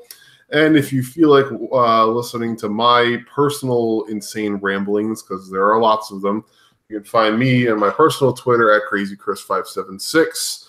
And if you feel like watching me play video games poorly, you can find me on Twitch at twitch.tv/CrazyChris576. Streaming on Sundays, Mondays, Wednesdays, Fridays, and Saturdays in the evenings Eastern Standard Time. Oh, that's just crap. You play video games well. You haven't seen me play PUBG. Yeah, we'll leave it at that. I did. I teamed up with you. We almost. That's right. Yeah, we did have a couple of games together. I'm not great at PUBG, but yeah, you can find me there if you feel like watching me play video games. And other than that, that's the best place to locate me if you feel like following me in my insanity. Where can you find you, Taker? And to an extension, LL as well, I think. Me, you can find me at Twitter at Windstorm64, sometimes on the nightly and sometimes on the daily. You can find me on Twitter at TakersMinion. I've been spending a lot of time in both the daily and the nightly. This is where I don't do many postings anymore. This is where I give all my opinions. I'm probably going to go crawl under a rock for the next 8 hours. And dream of me, pal. No, I would much rather dream of my lovely wife. Thank you very much. Hey, you got room. Dream of both of us. That works for me. No. The last time I checked, Sharon wasn't my middle name. Oh. Where can they find you, Doc? Probably at a local ramen shop somewhere. In Kyoto. Or a local construction site with a gun. Or probably the construction site with a shovel ready to hit these guys already. Oh my god, guys, we forgot something very important that we forgot, but we can't close the show before we do this. What? You can follow me on Twitter at RealDealBiff, and that's DILL like the pickle, because I give you a pickle tickle when you join me on Twitter. This has been We got plugs. You got to do the plugs, man. Don't forget the plugs. We got. Other than that, in all seriousness, you can catch me on Twitter at Mr. Dr. Senju. Yes, I've changed my Twitter handle for the umpteenth time. Oh wait, now you spell out Mr. Doctor now? MRDR Senju, not okay. Mr. Good. I wanted to make sure because I gave it as MRDR Senju last night on the show, and I wanted to make sure I didn't because mess it up. Mr. Dr. Senju, the long form has been taken. Some bitch just taken that. I don't know who. That motherfucker. You rat bastard, you. Yeah. Some bitch just taking that just as much as how they take Shootin' the Breeze as well. That's some bitch I don't know. But anyway, you can also catch me on Cage Side Seed on the daily as well as the nightly. Other than that, let's hope that if all goes to plan, I could be playing BattleTech and I could be playing it live. There's that. Of course, I have to do a lot of plugs this week, of course. We have our unaffiliated podcasts that either are under the Los Ingobernables podcast banner or just independent podcasts that we listen to. We got Two Guys, One Sport with one of the hosts over here, Crazy Chris, Colgan, and his brother from another mother, George Curtin Jerker Chavez. Fizzy's Wacky World of Wrestling running on season 2. Irregularity, of course, with the host William 14 Fitzpatrick. He'll drag in a lot of guest hosts just to help him out. Of course, we also have Violent Wrestling Podcast with Emma Rosali and Masti Lopez. We have Match Fixing with Don Sal Guzmano on Cedar Bridge Media. Also, Wednesday Night Shootin' with Tanya Rogers and NBR Swift. We also have some of the independent podcasts that we promote and we listen to with Ringside Geeks for the Love of Wrestling with Miss Monroe, with alongside her boyfriend and a couple of other friends of theirs. We have the Queen City Express, of course. One of the hosts, Biff Kensington, is right there. Hi. Still in the bar, I see, probably. And of course, one of the MLW radio podcasts, Something to Wrestle with Conrad Thompson and Bruce Pritchard, and What Happened When with Conrad Thompson, as well as Tony Schiavone. Then we also have the whole plethora of Kate Sightseeds related podcasts, Greater Boys Club, Not True Demographic, Keeping Up with Kayfabe, and as well, Bros Before Elbows. Please take a listen to any of these podcasts that I have mouthed off for the last 6-7 months, especially the unaffiliated ones. They are better. Might I say better than the Kate sites that I promote? But all of us have our own opinions, and opinions are good. They're so good, it'll make you want to slap your mama.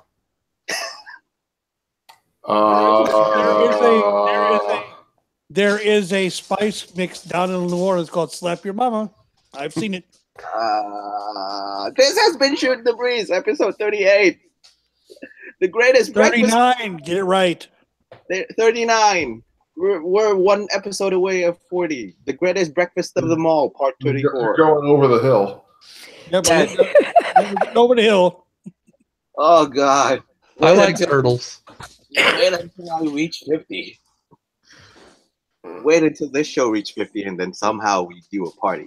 Good old AARP age. Oh, wait, man. We're working on some things for the 1-year anniversary show, so we're already working on it.